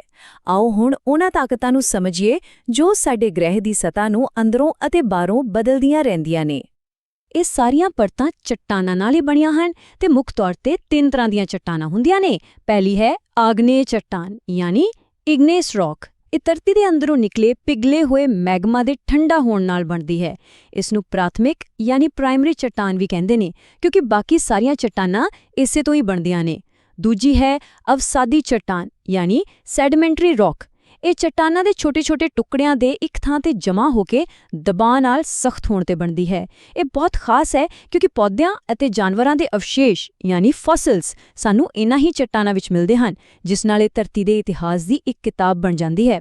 ਤੀਜੀ ਹੈ ਕਾಯಾಂਤਰਿਤ ਚੱਟਾਨ ਯਾਨੀ ਮੈਟਾਮੋਰਫਿਕ ਰੌਕ। ਜਦੋਂ ਆਗਨੇय ਜਾਂ ਅਵਸਾਦੀ ਚੱਟਾਨਾਂ ਤੇ ਬਹੁਤ ਜ਼ਿਆਦਾ ਗਰਮੀ ਅਤੇ ਦਬਾਅ ਪੈਂਦਾ ਹੈ ਤਾਂ ਉਹ ਆਪਣਾ ਰੂਪ ਹੀ ਬਦਲ ਲੈਂਦੀਆਂ ਹਨ, ਜਿਵੇਂ ਚੀਕਣੀ ਮਿੱਟੀ ਸਲੇਟ ਵਿੱਚ ਬਦਲ ਜਾਂਦੀ ਹੈ ਤੇ ਚੂਨਾ ਪੱਥਰ ਸੰਗਮਰਮਰ ਬਣ ਜਾਂਦਾ ਹੈ। ਧਰਤੀ ਦੀ ਸਤ੍ਹਾ ਨੂੰ ਬਦਲਣ ਵਾਲੀਆਂ ਦੋ ਤਰ੍ਹਾਂ ਦੀਆਂ ਤਾਕਤਾਂ ਕੰਮ ਕਰਦੀਆਂ ਨੇ। ਪਹਿਲੀ ਹੈ ਅੰਤਰਜਨਿਤ ਬਲ ਯਾਨੀ ਐਂਡੋਜੈਨਿਕ ਫੋਰਸ। ਇਹ ਉਹ ਤਾਕਤਾਂ ਨੇ ਜੋ ਧਰਤੀ ਦੇ ਅੰਦਰੋਂ ਪੈਦਾ ਹੁੰਦੀਆਂ ਨੇ, ਜਿਵੇਂ ਕਿ ਭੂਚਾਲ ਅਤੇ ਜਵਾਲਾਮੁਖੀ। ਭੂਚਾਲ ਦੇ ਮਾਮਲੇ ਵਿੱਚ ਜਿੱਥੋਂ ਧਰਤੀ ਦੇ ਹੇਠਾਂ ਕੰਪਨ ਸ਼ੁਰੂ ਹੁੰਦਾ ਹੈ ਉਸ ਨੂੰ ਫੋਕਸ ਕਿਹਾ ਜਾਂਦਾ ਹੈ, ਅਤੇ ਠੀਕ ਉਸ ਦੇ ਉੱਪਰ ਸਤ੍ਹਾ ਤੇ ਸਥਿਤ ਬਿੰਦੂ ਜਿੱਥੇ ਸਭ ਤੋਂ ਵੱਧ ਨੁਕਸਾਨ ਹੁੰਦਾ ਹੈ ਉਸ ਨੂੰ ਐਪੀਸੈਂਟਰ ਕਿਹਾ ਜਾਂਦਾ ਹੈ। ਦੂਜੀ ਸ਼ਕਤੀ ਹੈ ਬੇਰਜਨਿਤ ਬਲ ਯਾਨੀ ਐਗਜ਼ੋਜੈਨਿਕ ਫੋਰਸ, ਜੋ ਧਰਤੀ ਦੀ ਸਤ੍ਹਾ ਦੇ ਉੱਪਰ ਕੰਮ ਕਰਦੀ ਹੈ, ਜਿਵੇਂ ਕਿ ਨਦੀ ਦਾ ਪਾਣੀ, ਹਵਾ ਅਤੇ ਗਲੇਸ਼ੀਅਰ। ਇਹ ਬਾਹਰੀ ਤਾਕਤਾਂ ਨਾ ਇੱਕ ਕਲਾਕਾਰ ਵਾਂਗ ਕੰਮ ਕਰਦੀਆਂ ਨੇ ਤੇ ਧਰਤੀ ਨੂੰ ਲਗਾਤਾਰ ਤਰਾਸ਼ਦੀਆਂ ਰਹਿੰਦੀਆਂ ਨੇ। ਸੋਚ ਕੇ ਦੇਖੋ, ਇੱਕ ਨਦੀ ਪਹਾੜਾਂ ਤੋਂ ਹੇਠਾਂ ਆਉਂਦੀ ਹੋਈ ਝਰਨੇ ਬਣਾਉਂਦੀ ਹੈ। ਜਦੋਂ ਇਹ ਮੈਦਾਨਾਂ ਵਿੱਚ ਪਹੁੰਚਦੀ ਹੈ ਤਾਂ ਇਹ ਸਭ ਵਾਂਗ ਵੱਡੇ-ਵੱਡੇ ਮੋੜ ਕੱਢਦੀ ਹੈ, ਜਿਨ੍ਹਾਂ ਨੂੰ ਵਿਸਰਪ ਯਾਨੀ ਮੀਐਂਡਰਸ ਕਹਿੰਦੇ ਨੇ। ਕਈ ਵਾਰੀ ਨਦੀ ਆਪਣਾ ਰਸਤਾ ਸਿੱਧਾ ਕਰ ਲੈਂਦੀ ਹੈ ਤੇ ਪੁਰਾਣਾ ਮੋੜ ਇੱਕ ਝੀਲ ਦੇ ਰੂਪ ਵਿੱਚ ਪਿੱਛੇ ਰਹਿ ਜਾਂਦਾ ਹੈ, ਜਿਸ ਨੂੰ ਚਾਪ ਝੀਲ ਯਾਨੀ ਆਕਸਬੋ ਲੇਕ ਕਿਹਾ ਜਾਂਦਾ ਹੈ। ਇਸੇ ਤਰ੍ਹਾਂ ਰੇਗਿਸਤਾਨ ਵਿੱਚ ਤੇਜ਼ ਹਵਾ ਚੱਟਾਨਾਂ ਨੂੰ ਹੇਠੋਂ ਕੱਟ ਕੇ ਮਸ਼ਰੂਮ ਵਰਗਾ ਆਕਾਰ ਦੇ ਦਿੰਦੀ ਹੈ, ਅਤੇ ਗਲੇਸ਼ੀਅਰ ਆਪਣੇ ਨਾਲ ਲਿਆਂਦੇ ਮਲਬੇ ਦੇ ਢੇਰ ਲਗਾ ਦਿੰਦੇ ਹਨ, ਜਿਸ ਨੂੰ ਹਿਮੋੜ ਯਾਨੀ ਮੋਰੇਨਸ ਕਹਿੰਦੇ ਹਨ। ਭਾਗ 4 ਸਾਡੀ ਸੁਰੱਖਿਆਤਮਕ ਢਾਲ। ਜ਼ਮੀਨ ਦੇ ਅੰਦਰ ਤੇ ਉੱਪਰ ਦੀ ਕਹਾਣੀ ਤਾਂ ਸਮਝ ਲਈ। ਚਲੋ ਹੁਣ ਆਪਾਂ ਉੱਪਰ ਅਸਮਾਨ ਵੱਲ ਚੱਲਦੇ ਹਾਂ ਅਤੇ ਹਵਾ ਦੇ ਉਸ ਕੰਬਲ ਨੂੰ ਸਮਝਦੇ ਹਾਂ ਜੋ ਨਾ ਸਿਰਫ ਸਾਨੂੰ ਜੀਵਨ ਦਿੰਦਾ ਹੈ ਬਲਕਿ ਸਾਨੂੰ ਪੁਲਾੜ ਦੇ ਖਤਰਿਆਂ ਤੋਂ ਵੀ ਬਚਾਉਂਦਾ ਹੈ। ਸਾਡੇ ਵਾਯੂਮੰਡਲ ਵਿੱਚ ਸਭ ਤੋਂ ਵੱਧ ਮਾਤਰਾ ਵਿੱਚ ਲਗਭਗ 78% ਨਾਈਟ੍ਰੋਜਨ ਗੈਸ ਹੈ। ਇਸ ਤੋਂ ਬਾਅਦ 21% ਆਕਸੀਜਨ ਹੈ, ਜਿਸ ਤੋਂ ਬਿਨਾਂ ਆਪਾਂ ਜੀ ਨਹੀਂ ਸਕਦੇ। ਪਰ ਇਹ ਗੈਸਾਂ ਸਿਰਫ ਇੱਕ ਮਿਸ਼ਰਣ ਨਹੀਂ ਹਨ। ਇਹ ਉਚਾਈ ਦੇ ਹਿਸਾਬ ਨਾਲ ਵੱਖ-ਵੱਖ ਪਰਤਾਂ ਵਿੱਚ ਵੰਡੀਆਂ ਹੋਈਆਂ ਨੇ ਅਤੇ ਹਰ ਪਰਤ ਦੀ ਆਪਣੀ ਇੱਕ ਖਾਸ ਭੂਮਿਕਾ ਹੈ। ਸੋਚੋ ਕਿ ਆਪਾਂ ਇੱਕ ਰਾਕੇਟ ਵਿੱਚ ਬੈਠ ਕੇ ਉੱਪਰ ਵੱਲ ਜਾ ਰਹੇ ਹਾਂ। ਸਭ ਤੋਂ ਹੇਠਲੀ ਪਰਤ ਜਿੱਥੇ ਆਪਾਂ ਰਹਿੰਦੇ ਹਾਂ ਅਤੇ ਜਿੱਥੇ ਮੌਸਮ ਦੀਆਂ ਸਾਰੀਆਂ ਘਟਨਾਵਾਂ ਬੱਦਲ, ਮੀਂਹ, ਤੂਫਾਨ ਵਾਪਰਦੀਆਂ ਹਨ, ਉਹ ਹੈ ਕਸ਼ੋਭ ਮੰਡਲ ਯਾਨੀ ਟ੍ਰੋਪੋਸਫੀਅਰ। ਇਸ ਤੋਂ ਉੱਪਰ ਜਾਣ ਤੇ ਆਪਾਂ ਪਹੁੰਚਦੇ ਹਾਂ ਸਮਤਾਪ ਮੰਡਲ ਯਾਨੀ ਸਟ੍ਰੈਟੋਸਫੀਅਰ ਵਿੱਚ। ਇੱਥੇ ਮੌਸਮ ਬਿਲਕੁਲ ਸ਼ਾਂਤ ਹੁੰਦਾ ਹੈ, ਇਸ ਲਈ ਜਹਾਜ਼ ਇੱਥੇ ਉੱਡਣਾ ਪਸੰਦ ਕਰਦੇ ਹਨ ਅਤੇ ਇੱਥੇ ਹੀ ਸਾਡੀ ਸੁਰੱਖਿਆ ਢਾਲ ਓਜ਼ੋਨ ਪਰਤ ਮੌਜੂਦ ਹੈ। ਹੋਰ ਉੱਪਰ ਮੱਧਮ ਮੰਡਲ ਯਾਨੀ ਮੈਜ਼ੋਸਫੀਅਰ ਵਿੱਚ ਪੁਲਾੜ ਤੋਂ ਆਉਣ ਵਾਲੇ ਉਲਕਾਪਿੰਡ ਜਲ ਕੇ ਸਵਾਹ ਹੋ ਜਾਂਦੇ ਹਨ। ਫਿਰ ਆਉਂਦਾ ਹੈ ਬਾਹਯ ਵਾਯੂਮੰਡਲ ਯਾਨੀ ਥਰਮੋਸਫੀਅਰ, ਜੋ ਸਾਡੇ ਰੇਡੀਓ ਸਿਗਨਲਾਂ ਨੂੰ ਵਾਪਸ ਧਰਤੀ ਤੇ ਭੇਜਣ ਵਿੱਚ ਮਦਦ ਕਰਦਾ ਹੈ। ਅਤੇ ਅਖੀਰ ਵਿੱਚ ਸਭ ਤੋਂ ਬਾਹਰੀ ਪਰਤ ਬਹਿਰਮੰਡਲ ਯਾਨੀ ਐਗਜ਼ੋਸਫੀਅਰ ਹੌਲੀ-ਹੌਲੀ ਪੁਲਾੜ ਵਿੱਚ ਗੁੰਮ ਹੋ ਜਾਂਦੀ ਹੈ। ਭਾਗ 5 ਜੀਵਨ, ਪਾਣੀ ਅਤੇ ਜ਼ਮੀਨ। ਠੀਕ ਹੈ, ਅਸਮਾਨ ਤੋਂ ਹੁਣ ਵਾਪਸ ਧਰਤੀ ਤੇ ਆਉਂਦੇ ਹਾਂ ਅਤੇ ਜੀਵਨ ਦੇ ਦੋ ਸਭ ਤੋਂ ਜ਼ਰੂਰੀ ਤੱਤਾਂ ਪਾਣੀ ਅਤੇ ਜ਼ਮੀਨ ਤੇ ਉੱਗਣ ਵਾਲੀ ਬਨਸਪਤੀ ਨੂੰ ਸਮਝਦੇ ਹਾਂ। ਆਪਾਂ ਅਕਸਰ ਸੁਣਦੇ ਹਾਂ ਕਿ ਪਾਣੀ ਬਚਾਓ, ਪਰ ਮਨ ਵਿੱਚ ਸਵਾਲ ਆਉਂਦਾ ਹੈ ਕਿ ਧਰਤੀ ਤੇ ਤਾਂ ਇੰਨਾ ਪਾਣੀ ਹੈ, ਫਿਰ ਚਿੰਤਾ ਕਿਸ ਗੱਲ ਦੀ? ਚਿੰਤਾ ਇਸ ਲਈ ਹੈ ਕਿਉਂਕਿ ਕੁੱਲ ਪਾਣੀ ਦਾ 97.3% ਹਿੱਸਾ ਮਹਾਸਾਗਰਾਂ ਵਿੱਚ ਹੈ, ਜੋ ਕਿ ਖਾਰਾ ਹੈ ਅਤੇ ਸਾਡੇ ਪੀਣ ਜਾਂ ਖੇਤੀ ਦੇ ਕੰਮ ਨਹੀਂ ਆ ਸਕਦਾ। ਇਹ ਸਮੁੰਦਰੀ ਪਾਣੀ ਕਦੇ ਟਿਕ ਕੇ ਨਹੀਂ ਬੈਠਦਾ। ਇਸ ਵਿੱਚ ਤਰੰਗਾਂ, ਜਵਾਰ ਭਾਟਾ ਯਾਨੀ ਟਾਈਡਸ ਅਤੇ ਧਾਰਾਵਾਂ ਚਲਦੀਆਂ ਰਹਿੰਦੀਆਂ ਨੇ। ਖਾਸ ਕਰਕੇ ਜਦੋਂ ਸੂਰਜ, ਚੰਦ ਅਤੇ ਧਰਤੀ ਇੱਕ ਸਿੱਧੀ ਲਾਈਨ ਵਿੱਚ ਹੁੰਦੇ ਹਨ, ਜਿਵੇਂ ਕਿ ਪੂਰਨਮਾਸ਼ੀ ਅਤੇ ਮੱਸਿਆ ਨੂੰ, ਤਾਂ ਉਹਨਾਂ ਦੀ ਮਿਲੀ-ਜੁਲੀ ਗੁਰੂਤਾ ਖਿੱਚ ਕਾਰਨ ਸਭ ਤੋਂ ਉੱਚਾ ਜਵਾਰ ਆਉਂਦਾ ਹੈ, ਜਿਸ ਨੂੰ ਵ੍ਰਹਿਦ ਜਵਾਰ ਯਾਨੀ ਸਪ੍ਰਿੰਗ ਟਾਈਡ ਕਹਿੰਦੇ ਹਨ। ਮਹਾਸਾਗਰੀ ਧਾਰਾਵਾਂ ਸਮੁੰਦਰ ਦੇ ਅੰਦਰ ਵਗਦੀਆਂ ਵੱਡੀਆਂ-ਵੱਡੀਆਂ ਨਦੀਆਂ ਵਾਂਗ ਹੁੰਦੀਆਂ ਨੇ। ਕੁਝ ਗਰਮ ਹੁੰਦੀਆਂ ਹਨ, ਜਿਵੇਂ ਕਿ ਗਲਫ ਸਟ੍ਰੀਮ, ਅਤੇ ਕੁਝ ਠੰਡੀਆਂ, ਜਿਵੇਂ ਲੈਬਰਾਡੋਰ ਕਰੰਟ। ਪਰ ਅਸਲੀ ਜਾਦੂ ਉਦੋਂ ਹੁੰਦਾ ਹੈ ਜਦੋਂ ਇਹ ਦੋਵੇਂ ਮਿਲਦੀਆਂ ਨੇ। ਜਿੱਥੇ ਵੀ ਇੱਕ ਗਰਮ ਅਤੇ ਇੱਕ ਠੰਡੀ ਤਾਰਾ ਮਿਲਦੀ ਹੈ, ਉੱਥੇ ਸੰਘਣੀ ਧੁੰਦ ਬਣਦੀ ਹੈ ਅਤੇ ਮੱਛੀਆਂ ਦਾ ਮਨਪਸੰਦ ਭੋਜਨ ਪਲੈਂਕਟਨ ਬਹੁਤ ਜ਼ਿਆਦਾ ਮਾਤਰਾ ਵਿੱਚ ਪੈਦਾ ਹੁੰਦਾ ਹੈ। ਇਸੇ ਕਰਕੇ ਦੁਨੀਆ ਵਿੱਚ ਮੱਛੀ ਫੜਨ ਦੀਆਂ ਸਭ ਤੋਂ ਵਧੀਆ ਥਾਵਾਂ ਉਹੀ ਨੇ ਜਿੱਥੇ ਇਹ ਤਾਰਾਵਾਂ ਮਿਲਦੀਆਂ ਹਨ। ਚਲੋ ਹੁਣ ਜ਼ਮੀਨ ਤੇ ਉੱਗਣ ਵਾਲੇ ਜੰਗਲਾਂ ਦੀ ਗੱਲ ਕਰੀਏ। ਜਿੱਥੇ ਬਹੁਤ ਗਰਮੀ ਅਤੇ ਬਾਰਿਸ਼ ਹੁੰਦੀ ਹੈ, ਉੱਥੇ ਮਿਲਦੇ ਨੇ ਉਸ਼ਣਕਟੀਬੰਧੀ ਸਦਾਬਹਾਰ ਵਣ ਯਾਨੀ ਟ੍ਰੋਪੀਕਲ ਐਵਰਗ੍ਰੀਨ ਫੋਰੈਸਟਸ। ਇਹ ਇੰਨੇ ਸੰਘਣੇ ਹੁੰਦੇ ਨੇ ਕਿ ਸੂਰਜ ਦੀ ਰੋਸ਼ਨੀ ਵੀ ਜ਼ਮੀਨ ਤੱਕ ਨਹੀਂ ਪਹੁੰਚਦੀ। ਭਾਰਤ ਵਰਗੇ ਮਾਨਸੂਨੀ ਇਲਾਕਿਆਂ ਵਿੱਚ ਉਸ਼ਣਕਟੀਬੰਧੀ ਪਰਣਪਾਤੀ ਵਣ ਯਾਨੀ ਟ੍ਰੋਪੀਕਲ ਡੈਸੀਡੂਅਸ ਫੋਰੈਸਟ ਮਿਲਦੇ ਨੇ, ਜੋ ਸੁੱਕੇ ਮੌਸਮ ਵਿੱਚ ਆਪਣੇ ਪੱਤੇ ਝਾੜ ਦਿੰਦੇ ਹਨ। ਭੂਮੱਧ ਸਾਗਰੀ ਬਨਸਪਤੀ ਯਾਨੀ ਮੈਡੀਟੇਰੇਨੀਅਨ ਵੈਜੀਟੇਸ਼ਨ ਨੂੰ ਰਸਦਾਰ ਫਲਾਂ ਜਿਵੇਂ ਸੰਤਰੇ ਤੇ ਅੰਗੂਰ ਕਰਕੇ ਵਿਸ਼ਵ ਦਾ ਫੜੋ ਉਦਿਆਨ ਜਾਂ ਔਰਚਰਡਸ ਆਫ ਦ ਵਰਲਡ ਵੀ ਕਿਹਾ ਜਾਂਦਾ ਹੈ। ਅਤੇ ਠੰਡੇ ਬਰਫੀਲੇ ਇਲਾਕਿਆਂ ਵਿੱਚ ਮਿਲਦੇ ਨੇ ਸ਼ੰਕੂਧਾਰੀ ਵਣ ਯਾਨੀ ਕੋਨੀਫਰਸ ਫੋਰੈਸਟ, ਜਿਨ੍ਹਾਂ ਨੂੰ ਟੇਗਾ ਯਾਨੀ ਟਾਈਗਾ ਵੀ ਕਹਿੰਦੇ ਨੇ। ਇਹਨਾਂ ਦੀ ਨਰਮ ਲੱਕੜ ਕਾਗਜ਼ ਅਤੇ ਅਖਬਾਰ ਬਣਾਉਣ ਦੇ ਕੰਮ ਆਉਂਦੀ ਹੈ। ਜੰਗਲਾਂ ਤੋਂ ਇਲਾਵਾ ਦੁਨੀਆ ਦੇ ਵੱਡੇ ਹਿੱਸਿਆਂ ਵਿੱਚ ਘਾਹ ਦੇ ਮੈਦਾਨ ਵੀ ਮਿਲਦੇ ਨੇ। ਇਹਨਾਂ ਦੇ ਵੱਖ-ਵੱਖ ਮਹਾਦੀਪਾਂ ਵਿੱਚ ਵੱਖ-ਵੱਖ ਨਾਮ ਹਨ ਅਤੇ ਇਹ ਨਾਮ ਤੇ ਇਹਨਾਂ ਦੀਆਂ ਥਾਵਾਂ ਅਕਸਰ ਇਮਤਿਹਾਨਾਂ ਵਿੱਚ ਸਿੱਧਾ-ਸਿੱਧਾ ਪੁੱਛੀਆਂ ਜਾਂਦੀਆਂ ਨੇ, ਇਸ ਲਈ ਇਹਨਾਂ ਨੂੰ ਧਿਆਨ ਨਾਲ ਦੇਖੋ। ਜਿਵੇਂ ਕਿ ਪੂਰਬੀ ਅਫਰੀਕਾ ਵਿੱਚ ਸਵਾਨਾ ਯਾਨੀ ਸਵਾਨਾ, ਬ੍ਰਾਜ਼ੀਲ ਵਿੱਚ ਕੈਂਪੋਸ, ਅਰਜਨਟੀਨਾ ਵਿੱਚ ਪੰਪਾਸ, ਉੱਤਰੀ ਅਮਰੀਕਾ ਵਿੱਚ ਪ੍ਰੇਰੀ ਯਾਨੀ ਪ੍ਰੇਰੀ, ਦੱਖਣੀ ਅਫਰੀਕਾ ਵਿੱਚ ਵੇਲਡ ਅਤੇ ਮੱਧ ਏਸ਼ੀਆ ਵਿੱਚ ਸਟੈਪੀ। ਭਾਗ 6 ਅਤਿਅੰਤ ਸੰਸਾਰਾਂ 'ਚ ਢਲਣਾ। ਆਪਾਂ ਨੇ ਆਮ ਹਾਲਾਤਾਂ ਦੀ ਗੱਲ ਤਾਂ ਕਰ ਲਈ, ਪਰ ਜ਼ਿੰਦਗੀ ਤਾਂ ਉੱਥੇ ਵੀ ਮੌਜੂਦ ਹੈ ਜਿੱਥੇ ਹਾਲਾਤ ਬਹੁਤ ਹੀ ਕਠਿਨ ਨੇ। ਆਓ ਹੁਣ ਆਪਣੀ ਯਾਤਰਾ ਦੇ ਆਖਰੀ ਪੜਾਅ ਤੇ ਚਲੀਏ ਅਤੇ ਦੇਖੀਏ ਕਿ ਕਿਵੇਂ ਮਨੁੱਖ ਅਤੇ ਕੁਦਰਤ ਧਰਤੀ ਦੇ ਸਭ ਤੋਂ ਚੁਣੌਤੀਪੂਰਨ ਕੋਨਿਆਂ ਵਿੱਚ ਜਿਉਂਦੇ ਹਨ। ਆਓ ਦੋ ਬਿਲਕੁਲ ਵੱਖ-ਵੱਖ ਨਦੀ ਬੇਸਨਾਂ ਵਿੱਚ ਜੀਵਨ ਦੀ ਤੁਲਨਾ ਕਰੀਏ। ਇੱਕ ਪਾਸੇ ਹੈ ਸੰਘਣੇ ਜੰਗਲਾਂ ਵਾਲਾ ਅਮੇਜ਼ਨ ਬੇਸਨ ਯਾਨੀ ਐਮਾਜ਼ਨ ਬੇਸਨ। ਇੱਥੇ ਲੋਕ ਤਿੱਖੀ ਢਲਾਣ ਵਾਲੀ ਛੱਤ ਵਾਲੇ ਘਰਾਂ, ਜਿਨ੍ਹਾਂ ਨੂੰ ਮਲੋਕਾ ਯਾਨੀ ਮਲੋਕਾ ਕਿਹਾ ਜਾਂਦਾ ਹੈ, ਵਿੱਚ ਰਹਿੰਦੇ ਹਨ ਤਾਂ ਜੋ ਭਾਰੀ ਬਾਰਿਸ਼ ਦਾ ਪਾਣੀ ਰੁੜ ਸਕੇ ਅਤੇ ਕੱਟੋ ਅਤੇ ਸਾੜੋ ਯਾਨੀ ਸਲੈਸ਼ ਐਂਡ ਬਰਨ ਖੇਤੀ ਕਰਦੇ ਹਨ। ਦੂਜੇ ਪਾਸੇ ਹੈ ਵਿਸ਼ਾਲ ਮੈਦਾਨਾਂ ਵਾਲਾ ਗੰਗਾ ਬ੍ਰਹਮਪੁੱਤਰਾ ਬੇਸਨ ਯਾਨੀ ਗੰਗਾ ਬ੍ਰਹਮਪੁੱਤਰਾ ਬੇਸਨ। ਇੱਥੇ ਜੀਵਨ ਪੂਰੀ ਤਰ੍ਹਾਂ ਖੇਤੀ ਤੇ ਨਿਰਭਰ ਹੈ। ਇੱਥੇ ਦੇ ਸੁੰਦਰਬਨ ਡੈਲਟਾ ਵਿੱਚ ਖਾਸ ਸੁੰਦਰੀ ਦਰਖਤ ਯਾਨੀ ਸੁੰਦਰੀ ਟਰੀਜ਼ ਮਿਲਦੇ ਨੇ ਅਤੇ ਗੰਗਾ ਨਦੀ ਵਿੱਚ ਇੱਕ ਬਹੁਤ ਹੀ ਖਾਸ ਅੰਨੀ ਡਾਲਫਿਨ ਮਿਲਦੀ ਹੈ, ਜਿਸ ਨੂੰ ਸੁਸੂ ਯਾਨੀ ਸੁਸੂ ਕਿਹਾ ਜਾਂਦਾ ਹੈ, ਜਿਸ ਦੀ ਮੌਜੂਦਗੀ ਸਾਫ਼ ਪਾਣੀ ਦਾ ਸੰਕੇਤ ਹੁੰਦੀ ਹੈ। ਜਦੋਂ ਵੀ ਆਪਾਂ ਰੇਗਿਸਤਾਨ ਸ਼ਬਦ ਸੁਣਦੇ ਹਾਂ ਤਾਂ ਮਨ ਵਿੱਚ ਕੀ ਆਉਂਦਾ ਹੈ? ਗਰਮ ਰੇਤ ਦੇ ਟਿੱਬੇ, ਹੈ ਨਾ? ਪਰ ਇਹ ਕਹਾਣੀ ਅਧੂਰੀ ਹੈ। ਰੇਗਿਸਤਾਨ ਦਾ ਅਸਰ ਮਤਲਬ ਉਹ ਥਾਂ ਹੈ ਜਿੱਥੇ ਬਾਰਿਸ਼ ਬਹੁਤ ਹੀ ਘੱਟ ਹੁੰਦੀ ਹੈ। ਉਹ ਗਰਮ ਵੀ ਹੋ ਸਕਦਾ ਹੈ, ਜਿਵੇਂ ਕਿ ਸਹਾਰਾ ਯਾਨੀ ਸਿਹਾਰਾ, ਜੋ ਦੁਨੀਆ ਦਾ ਸਭ ਤੋਂ ਵੱਡਾ ਗਰਮ ਰੇਗਿਸਤਾਨ ਹੈ, ਅਤੇ ਉਹ ਠੰਡਾ ਵੀ ਹੋ ਸਕਦਾ ਹੈ, ਜਿਸ ਦੀ ਸਭ ਤੋਂ ਵਧੀਆ ਉਦਾਹਰਣ ਹੈ ਭਾਰਤ ਦਾ ਲੱਦਾਖ ਯਾਨੀ ਲੱਦਾਖ। ਇਸ ਨੂੰ ਉੱਥੋਂ ਦੀ ਭਾਸ਼ਾ ਵਿੱਚ ਖਾਪਾਚਾਨ ਯਾਨੀ ਬਰਫ਼ ਦੀ ਧਰਤੀ ਵੀ ਕਹਿੰਦੇ ਹਨ। ਇਹ ਇੱਕ ਅਜਿਹਾ ਠੰਡਾ ਰੇਗਿਸਤਾਨ ਹੈ ਜਿੱਥੇ ਵਿਲੋ ਦਰਖਤ ਦੀ ਲੱਕੜ ਤੋਂ ਦੁਨੀਆ ਦੇ ਸਭ ਤੋਂ ਵਧੀਆ ਕ੍ਰਿਕਟ ਬੈਟ ਬਣਦੇ ਹਨ ਅਤੇ ਜਿੱਥੇ ਸ਼ਾਂਤ ਬੋਧੀ ਮੱਠ, ਜਿਨ੍ਹਾਂ ਨੂੰ ਗੁੰਪਾ ਯਾਨੀ ਗੌਂਪਾਸ ਕਹਿੰਦੇ ਹਨ, ਮਿਲਦੇ ਹਨ। ਤਾਂ ਅੱਜ ਆਪਾਂ ਇੱਕ ਲੰਬਾ ਸਫ਼ਰ ਤੈਅ ਕੀਤਾ। ਆਪਾਂ ਵਾਤਾਵਰਣ ਦੀ ਪਰਿਭਾਸ਼ਾ ਤੋਂ ਸ਼ੁਰੂ ਕਰਕੇ ਧਰਤੀ ਦੇ ਗਰਮ ਕਰੋੜ ਤੱਕ ਪਹੁੰਚੇ। ਆਪਾਂ ਦੇਖਿਆ ਕਿ ਕਿਵੇਂ ਚਟਾਨਾਂ ਬਣਦੀਆਂ ਤੇ ਬਦਲਦੀਆਂ ਹਨ, ਕਿਵੇਂ ਵਾਯੂਮੰਡਲ ਦੀਆਂ ਪਰਤਾਂ ਇੱਕ ਢਾਲ ਵਾਂਗ ਸਾਡੀ ਰੱਖਿਆ ਕਰਦੀਆਂ ਨੇ, ਅਤੇ ਕਿਵੇਂ ਸਮੁੰਦਰ ਦੀਆਂ ਤਾਰਾਵਾਂ ਤੋਂ ਲੈ ਕੇ ਲੱਦਾਖ ਦੇ ਠੰਡੇ ਰੇਗਿਸਤਾਨਾਂ ਤੱਕ ਹਰ ਚੀਜ਼ ਇੱਕ ਦੂਜੇ ਨਾਲ ਜੁੜੀ ਹੋਈ ਹੈ। ਜੀਵਨ ਨੇ ਹਰ ਔਖੀ ਤੋਂ ਔਖੀ ਥਾਂ ਤੇ ਆਪਣੇ ਆਪ ਨੂੰ ਢਾਲ ਲਿਆ ਹੈ। ਪਰ ਹੁਣ ਅਸਲ ਸਵਾਲ ਇਹ ਹੈ ਕਿ ਇਸ ਪੂਰੇ ਗੁੰਝਲਦਾਰ ਅਤੇ ਮਜ਼ਬੂਤ ਦਿਖਣ ਵਾਲੇ ਸਿਸਟਮ ਵਿੱਚ ਉਹ ਸਭ ਤੋਂ ਨਾਜ਼ੁਕ ਕੜੀ ਕਿਹੜੀ ਹੈ, ਜਿਸ ਨੂੰ ਮਨੁੱਖੀ ਗਤੀਵਿਧੀਆਂ ਸਭ ਤੋਂ ਆਸਾਨੀ ਨਾਲ ਅਤੇ ਸ਼ਾਇਦ ਹਮੇਸ਼ਾ ਲਈ ਤੋੜ ਸਕਦੀਆਂ ਹਨ। ਇਸ ਤੇ ਸੋਚ ਵਿਚਾਰ ਕਰਨਾ ਬਹੁਤ ਜ਼ਰੂਰੀ ਹੈ।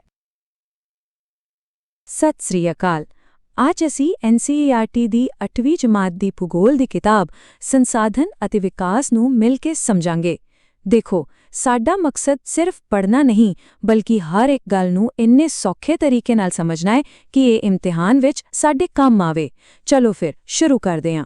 ਸ਼ੁਰੂਆਤ ਇੱਕ ਬਹੁਤ ਹੀ ਸਾਧਾਰਨ ਜਿਹੇ ਸਵਾਲ ਨਾਲ ਕਰਦੇ ਹਾਂ। ਜ਼ਰਾ ਸੋਚੋ, ਜਿਹੜਾ ਪਾਣੀ ਅਸੀਂ ਪੀਂਦੇ ਹਾਂ ਜਾਂ ਜੋ ਫੋਨ ਸਾਡੇ ਹੱਥ ਵਿੱਚ ਹੈ, ਆਖਿਰ ਉਹ ਕਿਹੜੀ ਗੱਲ ਹੈ ਜੋ ਕਿਸੇ ਵੀ ਸ਼ੈ ਨੂੰ ਇੱਕ ਸੰਸਾਧਨ ਬਣਾਉਂਦੀ ਹੈ? ਇਸ ਇੱਕ ਸਵਾਲ ਦਾ ਜਵਾਬ ਹੀ ਅੱਜ ਦੇ ਸਾਡੇ ਸਾਰੇ ਸਫ਼ਰ ਦੀ ਨੀਂਹ ਹੈ। ਤਾਂ ਅੱਜ ਅਸੀਂ ਕਿਹੜੇ-ਕਿਹੜੇ ਪੜਾਅ ਪਾਰ ਕਰਾਂਗੇ।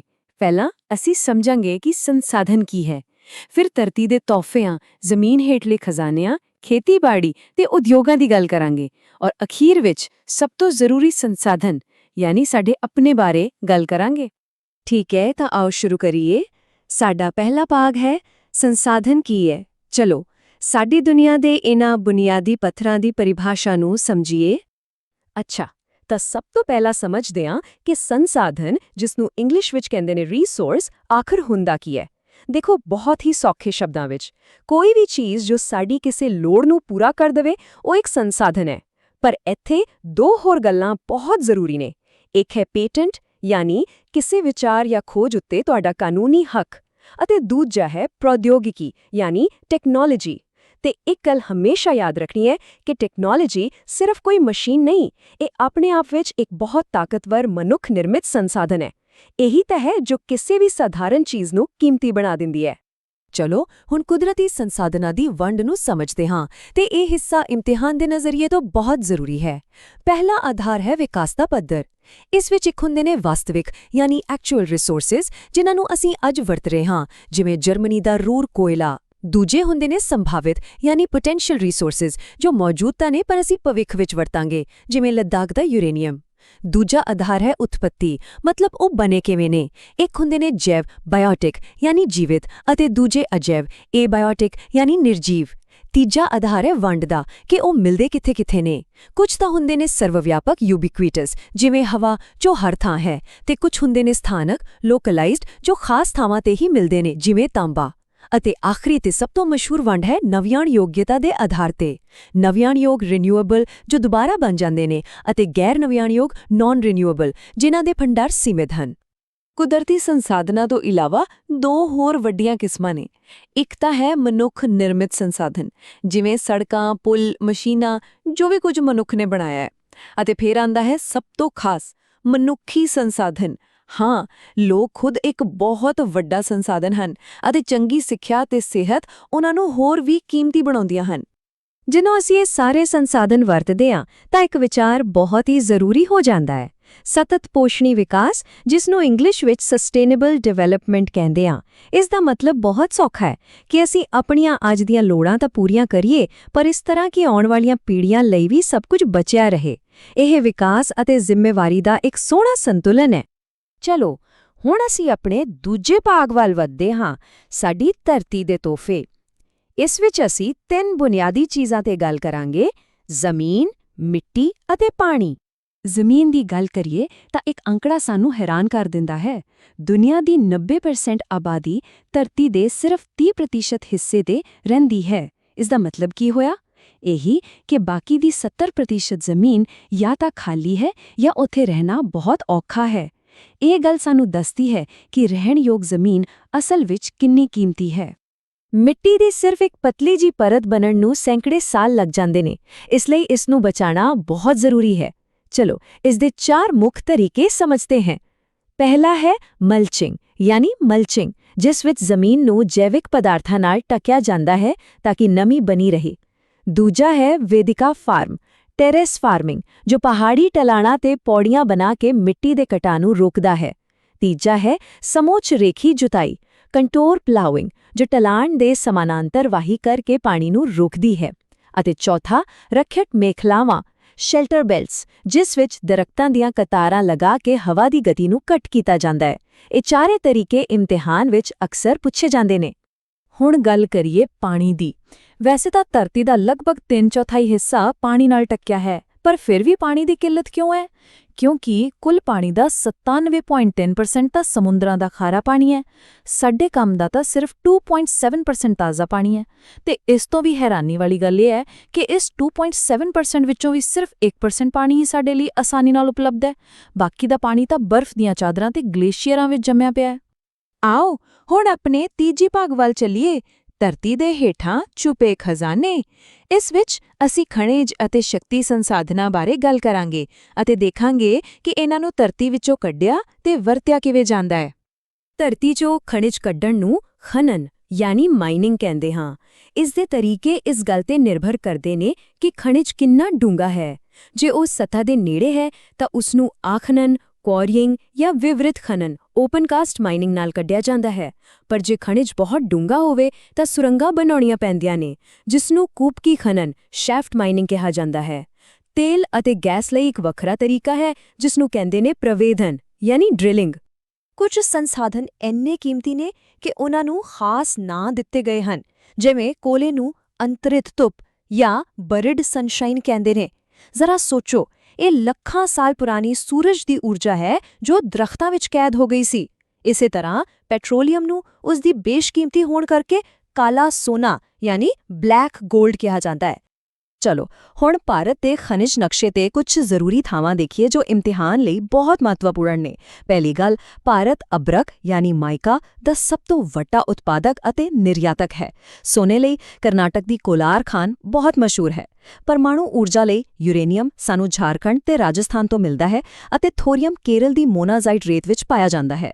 ਅਤੇ ਜੇ ਗੱਲ ਕਰੀਏ ਭੂ-ਤਾਪੀ ਊਰਜਾ ਯਾਨੀ ਜੀਓਥਰਮਲ એનર્ਜੀ ਦੀ, ਤਾਂ ਹਿਮਾਚਲ ਦਾ ਮਨੀਕਰਨ ਅਤੇ ਲੱਦਾਖ ਦੀ ਪੂਗਾ ਘਾਟੀ ਇਸ ਦੇ ਮੁੱਖ ਕੇਂਦਰ ਨੇ। ਹੁਣ ਵਾਰੀ ਹੈ ਸਾਡੇ ਚੌਥੇ ਭਾਗ ਦੀ, ਦੁਨੀਆ ਦਾ ਢਿੱਡ ਭਰਨਾ ਯਾਨੀ ਖੇਤੀਬਾੜੀ। ਇਮਤਿਹਾਨ ਵਿੱਚ ਕਲਚਰ ਵਾਲੇ ਸ਼ਬਦ ਬਹੁਤ ਆਉਂਦੇ ਨੇ, ਜਿਵੇਂ ਸੈਰੀਕਲਚਰ ਰੇਸ਼ਮ ਦੇ ਕੀੜਿਆਂ ਦਾ ਪਾਲਣ, ਪਿਸੀਕਲਚਰ ਮੱਛੀ ਪਾਲਣ, ਵਿਟੀਕਲਚਰ ਅੰਗੂਰਾਂ ਦੀ ਖੇਤੀ ਅਤੇ ਹਾਰਟੀਕਲਚਰ ਫਲ, ਫੁੱਲ ਤੇ ਸਬਜ਼ੀਆਂ ਉਗਾਉਣਾ। ਇਹ ਸਾਰੇ ਯਾਦ ਰੱਖਣੇ ਜ਼ਰੂਰੀ ਨੇ। ਖੇਤੀ ਦਾ ਇੱਕ ਪੁਰਾਣਾ ਤਰੀਕਾ ਹੈ ਸਥਾਨਾਂਤਰਿਤ ਖੇਤੀ, ਜਿਸ ਨੂੰ ਇੰਗਲਿਸ਼ ਵਿੱਚ ਸ਼ਿਫਟਿੰਗ ਕਲਟੀਵੇਸ਼ਨ ਕਹਿੰਦੇ ਨੇ। ਇਸ ਦੇ ਵੱਖ-ਵੱਖ ਦੇਸ਼ਾਂ ਵਿੱਚ ਵੱਖ-ਵੱਖ ਨਾਂ ਨੇ, ਜਿਨ੍ਹਾਂ ਤੇ ਸਵਾਲ ਜ਼ਰੂਰ ਬਣਦਾ ਹੈ। ਉੱਤਰ ਪੂਰਬੀ ਭਾਰਤ ਵਿੱਚ ਇਸ ਨੂੰ ਝੂਮਿੰਗ ਕਹਿੰਦੇ ਨੇ, ਮੈਕਸੀਕੋ ਵਿੱਚ ਮਿਲਪਾ, ਬ੍ਰਾਜ਼ੀਲ ਵਿੱਚ ਰੋਕਾ ਅਤੇ ਮਲੇਸ਼ੀਆ ਵਿੱਚ ਲਦਾਂਗ ਕਿਹਾ ਜਾਂਦਾ ਹੈ। ਆਓ ਹੁਣ ਕੁਝ ਮੁੱਖ ਫਸਲਾਂ ਤੇ ਉਨ੍ਹਾਂ ਦੀਆਂ ਲੋੜਾਂ ਤੇ ਝਾਤ ਮਾਰੀਏ। ਚਾਵਲ ਯਾਨੀ ਰਾਈਸ ਲਈ ਚੀਕਨੀ ਜਲੋੜ ਮਿੱਟੀ ਤੇ ਨਾਲ ਹੀ ਜ਼ਿਆਦਾ ਤਾਪਮਾਨ, ਨਮੀ ਅਤੇ ਬਾਰਿਸ਼ ਚਾਹੀਦੀ ਹੈ। ਕਣਕ ਵੀਟ ਲਈ ਦੁਮਟ ਮਿੱਟੀ ਤੇ ਦਰਮਿਆਨਾ ਤਾਪਮਾਨ, ਪਰ ਕਟਾਈ ਵੇਲੇ ਤੇਜ਼ ਧੁੱਪ ਜ਼ਰੂਰੀ ਹੈ। ਕਪਾਹ ਕਾਟਨ ਲਈ ਕਾਲੀ ਮਿੱਟੀ ਸਭ ਤੋਂ ਵਧੀਆ ਹੁੰਦੀ ਹੈ, ਨਾਲ ਹੀ 210 ਪਾਲਾ ਰਹਿਤ ਦਿਨ ਚਾਹੀਦੇ ਨੇ। ਅਤੇ ਪਟਸਨ ਜੂਟ, ਜਿਸ ਨੂੰ ਸੁਨਹਿਰਾ ਰੇਸ਼ਾ ਜਾਂ 골ਡਨ ਫਾਈਬਰ ਵੀ ਕਹਿੰਦੇ ਨੇ, ਇਸ ਲਈ ਜਲੋੜ ਮਿੱਟੀ ਅਤੇ ਭਾਰੀ ਬਾਰਿਸ਼ ਜ਼ਰੂਰੀ ਹੈ। ਹੁਣ ਅਸੀਂ ਆਪਣੇ 5ਵੇਂ ਭਾਗ ਵਿੱਚ ਹਾਂ, ਕੱਚੇ ਮਾਲ ਤੋਂ ਤਿਆਰ ਮਾਲ ਤੱਕ ਦਾ ਸਫ਼ਰ। ਇਸ ਵਿੱਚ ਅਸੀਂ ਉਦਯੋਗਾਂ ਯਾਨੀ ਇੰਡਸਟਰੀਜ਼ ਨੂੰ ਸਮਝਾਂਗੇ ਕਿ ਉਹ ਕਿਵੇਂ ਕੱਚੇ ਮਾਲ ਨੂੰ ਸਾਡੇ ਲਈ ਵਰਤੋਯੋਗ ਚੀਜ਼ਾਂ ਵਿੱਚ ਬਦਲਦੇ ਨੇ। ਸਾਰੇ ਉਦਯੋਗਾਂ ਵਿੱਚੋਂ ਲੋਹਾ ਅਤੇ ਇਸਪਾਤ ਉਦਯੋਗ ਨੂੰ ਪੋਸ਼ਕ ਉਦਯੋਗ ਯਾਨੀ ਫੀਡਰ ਇੰਡਸਟਰੀ ਕਿਹਾ ਜਾਂਦਾ ਹੈ। ਕਿਉਂਕਿ ਇਹ ਬਾਕੀ ਸਾਰੇ ਉਦਯੋਗਾਂ ਦੀ ਰੀੜ੍ਹ ਦੀ ਹੱਡੀ ਹੈ। ਸੋਚ ਕੇ ਦੇਖੋ, ਕੋਈ ਵੀ ਮਸ਼ੀਨ ਕਿਸੇ ਵੀ ਫੈਕਟਰੀ ਵਿੱਚ ਬਣਦੀ ਤਾਂ ਸਟੀਲ ਤੋਂ ਹੀ ਹੈ, ਇਸ ਲਈ ਇਹ ਬਾਕੀ ਸਭ ਨੂੰ ਪੋਸ਼ਣ ਦਿੰਦਾ ਹੈ। ਭਾਰਤ ਵਿੱਚ ਇਸ ਦੀ ਸ਼ੁਰੂਆਤ 1907 ਵਿੱਚ ਜਮਸ਼ੇਦਪੁਰ ਵਿੱਚ ਟਿਸਕੋ TSICO ਦੀ ਸਥਾਪਨਾ ਨਾਲ ਹੋਈ ਸੀ। ਸੂਤੀ ਕੱਪੜਾ ਉਦਯੋਗ ਦੀ ਗੱਲ ਕਰੀਏ ਤਾਂ ਅਹਿਮਦਾਬਾਦ ਨੂੰ ਭਾਰਤ ਦਾ ਮਾਨਚੈਸਟਰ ਕਿਹਾ ਜਾਂਦਾ ਹੈ। ਠੀਕ ਇਸੇ ਤਰ੍ਹਾਂ ਓਸਾਕਾ ਨੂੰ ਜਾਪਾਨ ਦਾ ਮਾਨਚੈਸਟਰ ਹੋਣ ਦਾ ਮਾਣ ਹਾਸਿਲ ਹੈ। ਅੱਜ ਦੇ ਜ਼ਮਾਨੇ ਵਿੱਚ ਸੂਚਨਾ ਤਕਨੀਕੀ ਯਾਨੀ ਇਨਫੋਰਮੇਸ਼ਨ ਟੈਕਨੋਲੋਜੀ ਉਦਯੋਗ ਬਹੁਤ ਤੇਜ਼ੀ ਨਾਲ ਵਧ ਰਿਹਾ ਹੈ, ਇਸ ਲਈ ਇਸ ਨੂੰ ਸਨਰਾਈਜ਼ ਉਦਯੋਗ ਵੀ ਕਹਿੰਦੇ ਨੇ। ਇਸ ਦੇ 2 ਵੱਡੇ ਕੇਂਦਰ ਨੇ, ਕੈਲੀਫੋਰਨੀਆ ਦੀ ਸਿਲੀਕਨ ਵੈਲੀ ਅਤੇ ਭਾਰਤ ਦਾ ਬੈਂਗਲੁਰੂ। ਅਤੇ ਹੁਣ ਅਸੀਂ ਆ ਗਏ ਹਾਂ ਆਪਣੇ ਆਖਰੀ ਤੇ ਸਭ ਤੋਂ ਜ਼ਰੂਰੀ ਭਾਗ ਤੇ, ਅੰਤਿਮ ਸੰਸਾਧਨ, ਅਸੀਂ ਖੁਦ। ਚਲੋ ਹੁਣ ਮਨੁੱਖੀ ਸੰਸਾਧਨਾਂ ਯਾਨੀ ਹਿਊਮਨ ਰਿਸੋਰਸਿਸ ਨੂੰ ਸਮਝੀਏ। ਕਿਸੇ ਦੇਸ਼ ਦੀ ਆਬਾਦੀ ਦੀ ਬਣਤਰ ਨੂੰ ਸਮਝਣ ਲਈ ਜਨਸੰਖਿਆ ਪਿਰਾਮਿਡ ਪੋਪੂਲੇਸ਼ਨ ਪਿਰਾਮਿਡ ਦੀ ਵਰਤੋਂ ਹੁੰਦੀ ਹੈ। ਇਸ ਨੂੰ ਪੜ੍ਹਨਾ ਬਹੁਤ ਸੌਖਾ ਹੈ। ਜੇ ਪਿਰਾਮਿਡ ਦਾ ਹੇਠਲਾ ਹਿੱਸਾ ਯਾਨੀ ਆਧਾਰ ਚੌੜਾ ਹੈ ਤਾਂ ਇਸ ਦਾ ਮਤਲਬ ਹੈ ਜਨਮ ਦਰ ਉੱਚੀ ਹੈ। ਜੇ ਇਹ ਤੰਗ ਹੈ ਜਿਵੇਂ ਜਾਪਾਨ ਦਾ, ਤਾਂ ਜਨਮ ਦਰ ਘੱਟ ਹੈ। ਇਸੇ ਤਰ੍ਹਾਂ ਪਿਰਾਮਿਡ ਦਾ ਉੱਪਰਲਾ ਹਿੱਸਾ ਦੱਸਦਾ ਹੈ ਕਿ ਬਜ਼ੁਰਗ ਕਿੰਨੇ ਨੇ। ਜੇ ਉਹ ਚੌੜਾ ਹੈ ਤਾਂ ਮਤਲਬ ਲੋਕ ਲੰਬੀ ਉਮਰ ਜੀ ਰਹੇ ਹਨ। ਇਸ ਦੇ ਨਾਲ ਹੀ ਇੱਕ ਤੱਥ ਯਾਦ ਰੱਖਣਾ ਹੈ, 2011 ਵਿੱਚ ਭਾਰਤ ਦੀ ਆਬਾਦੀ ਦੀ ਘਣਤਾ 382 ਵਿਅਕਤੀ ਪ੍ਰਤੀ ਵਰਗ ਕਿਲੋਮੀਟਰ ਸੀ।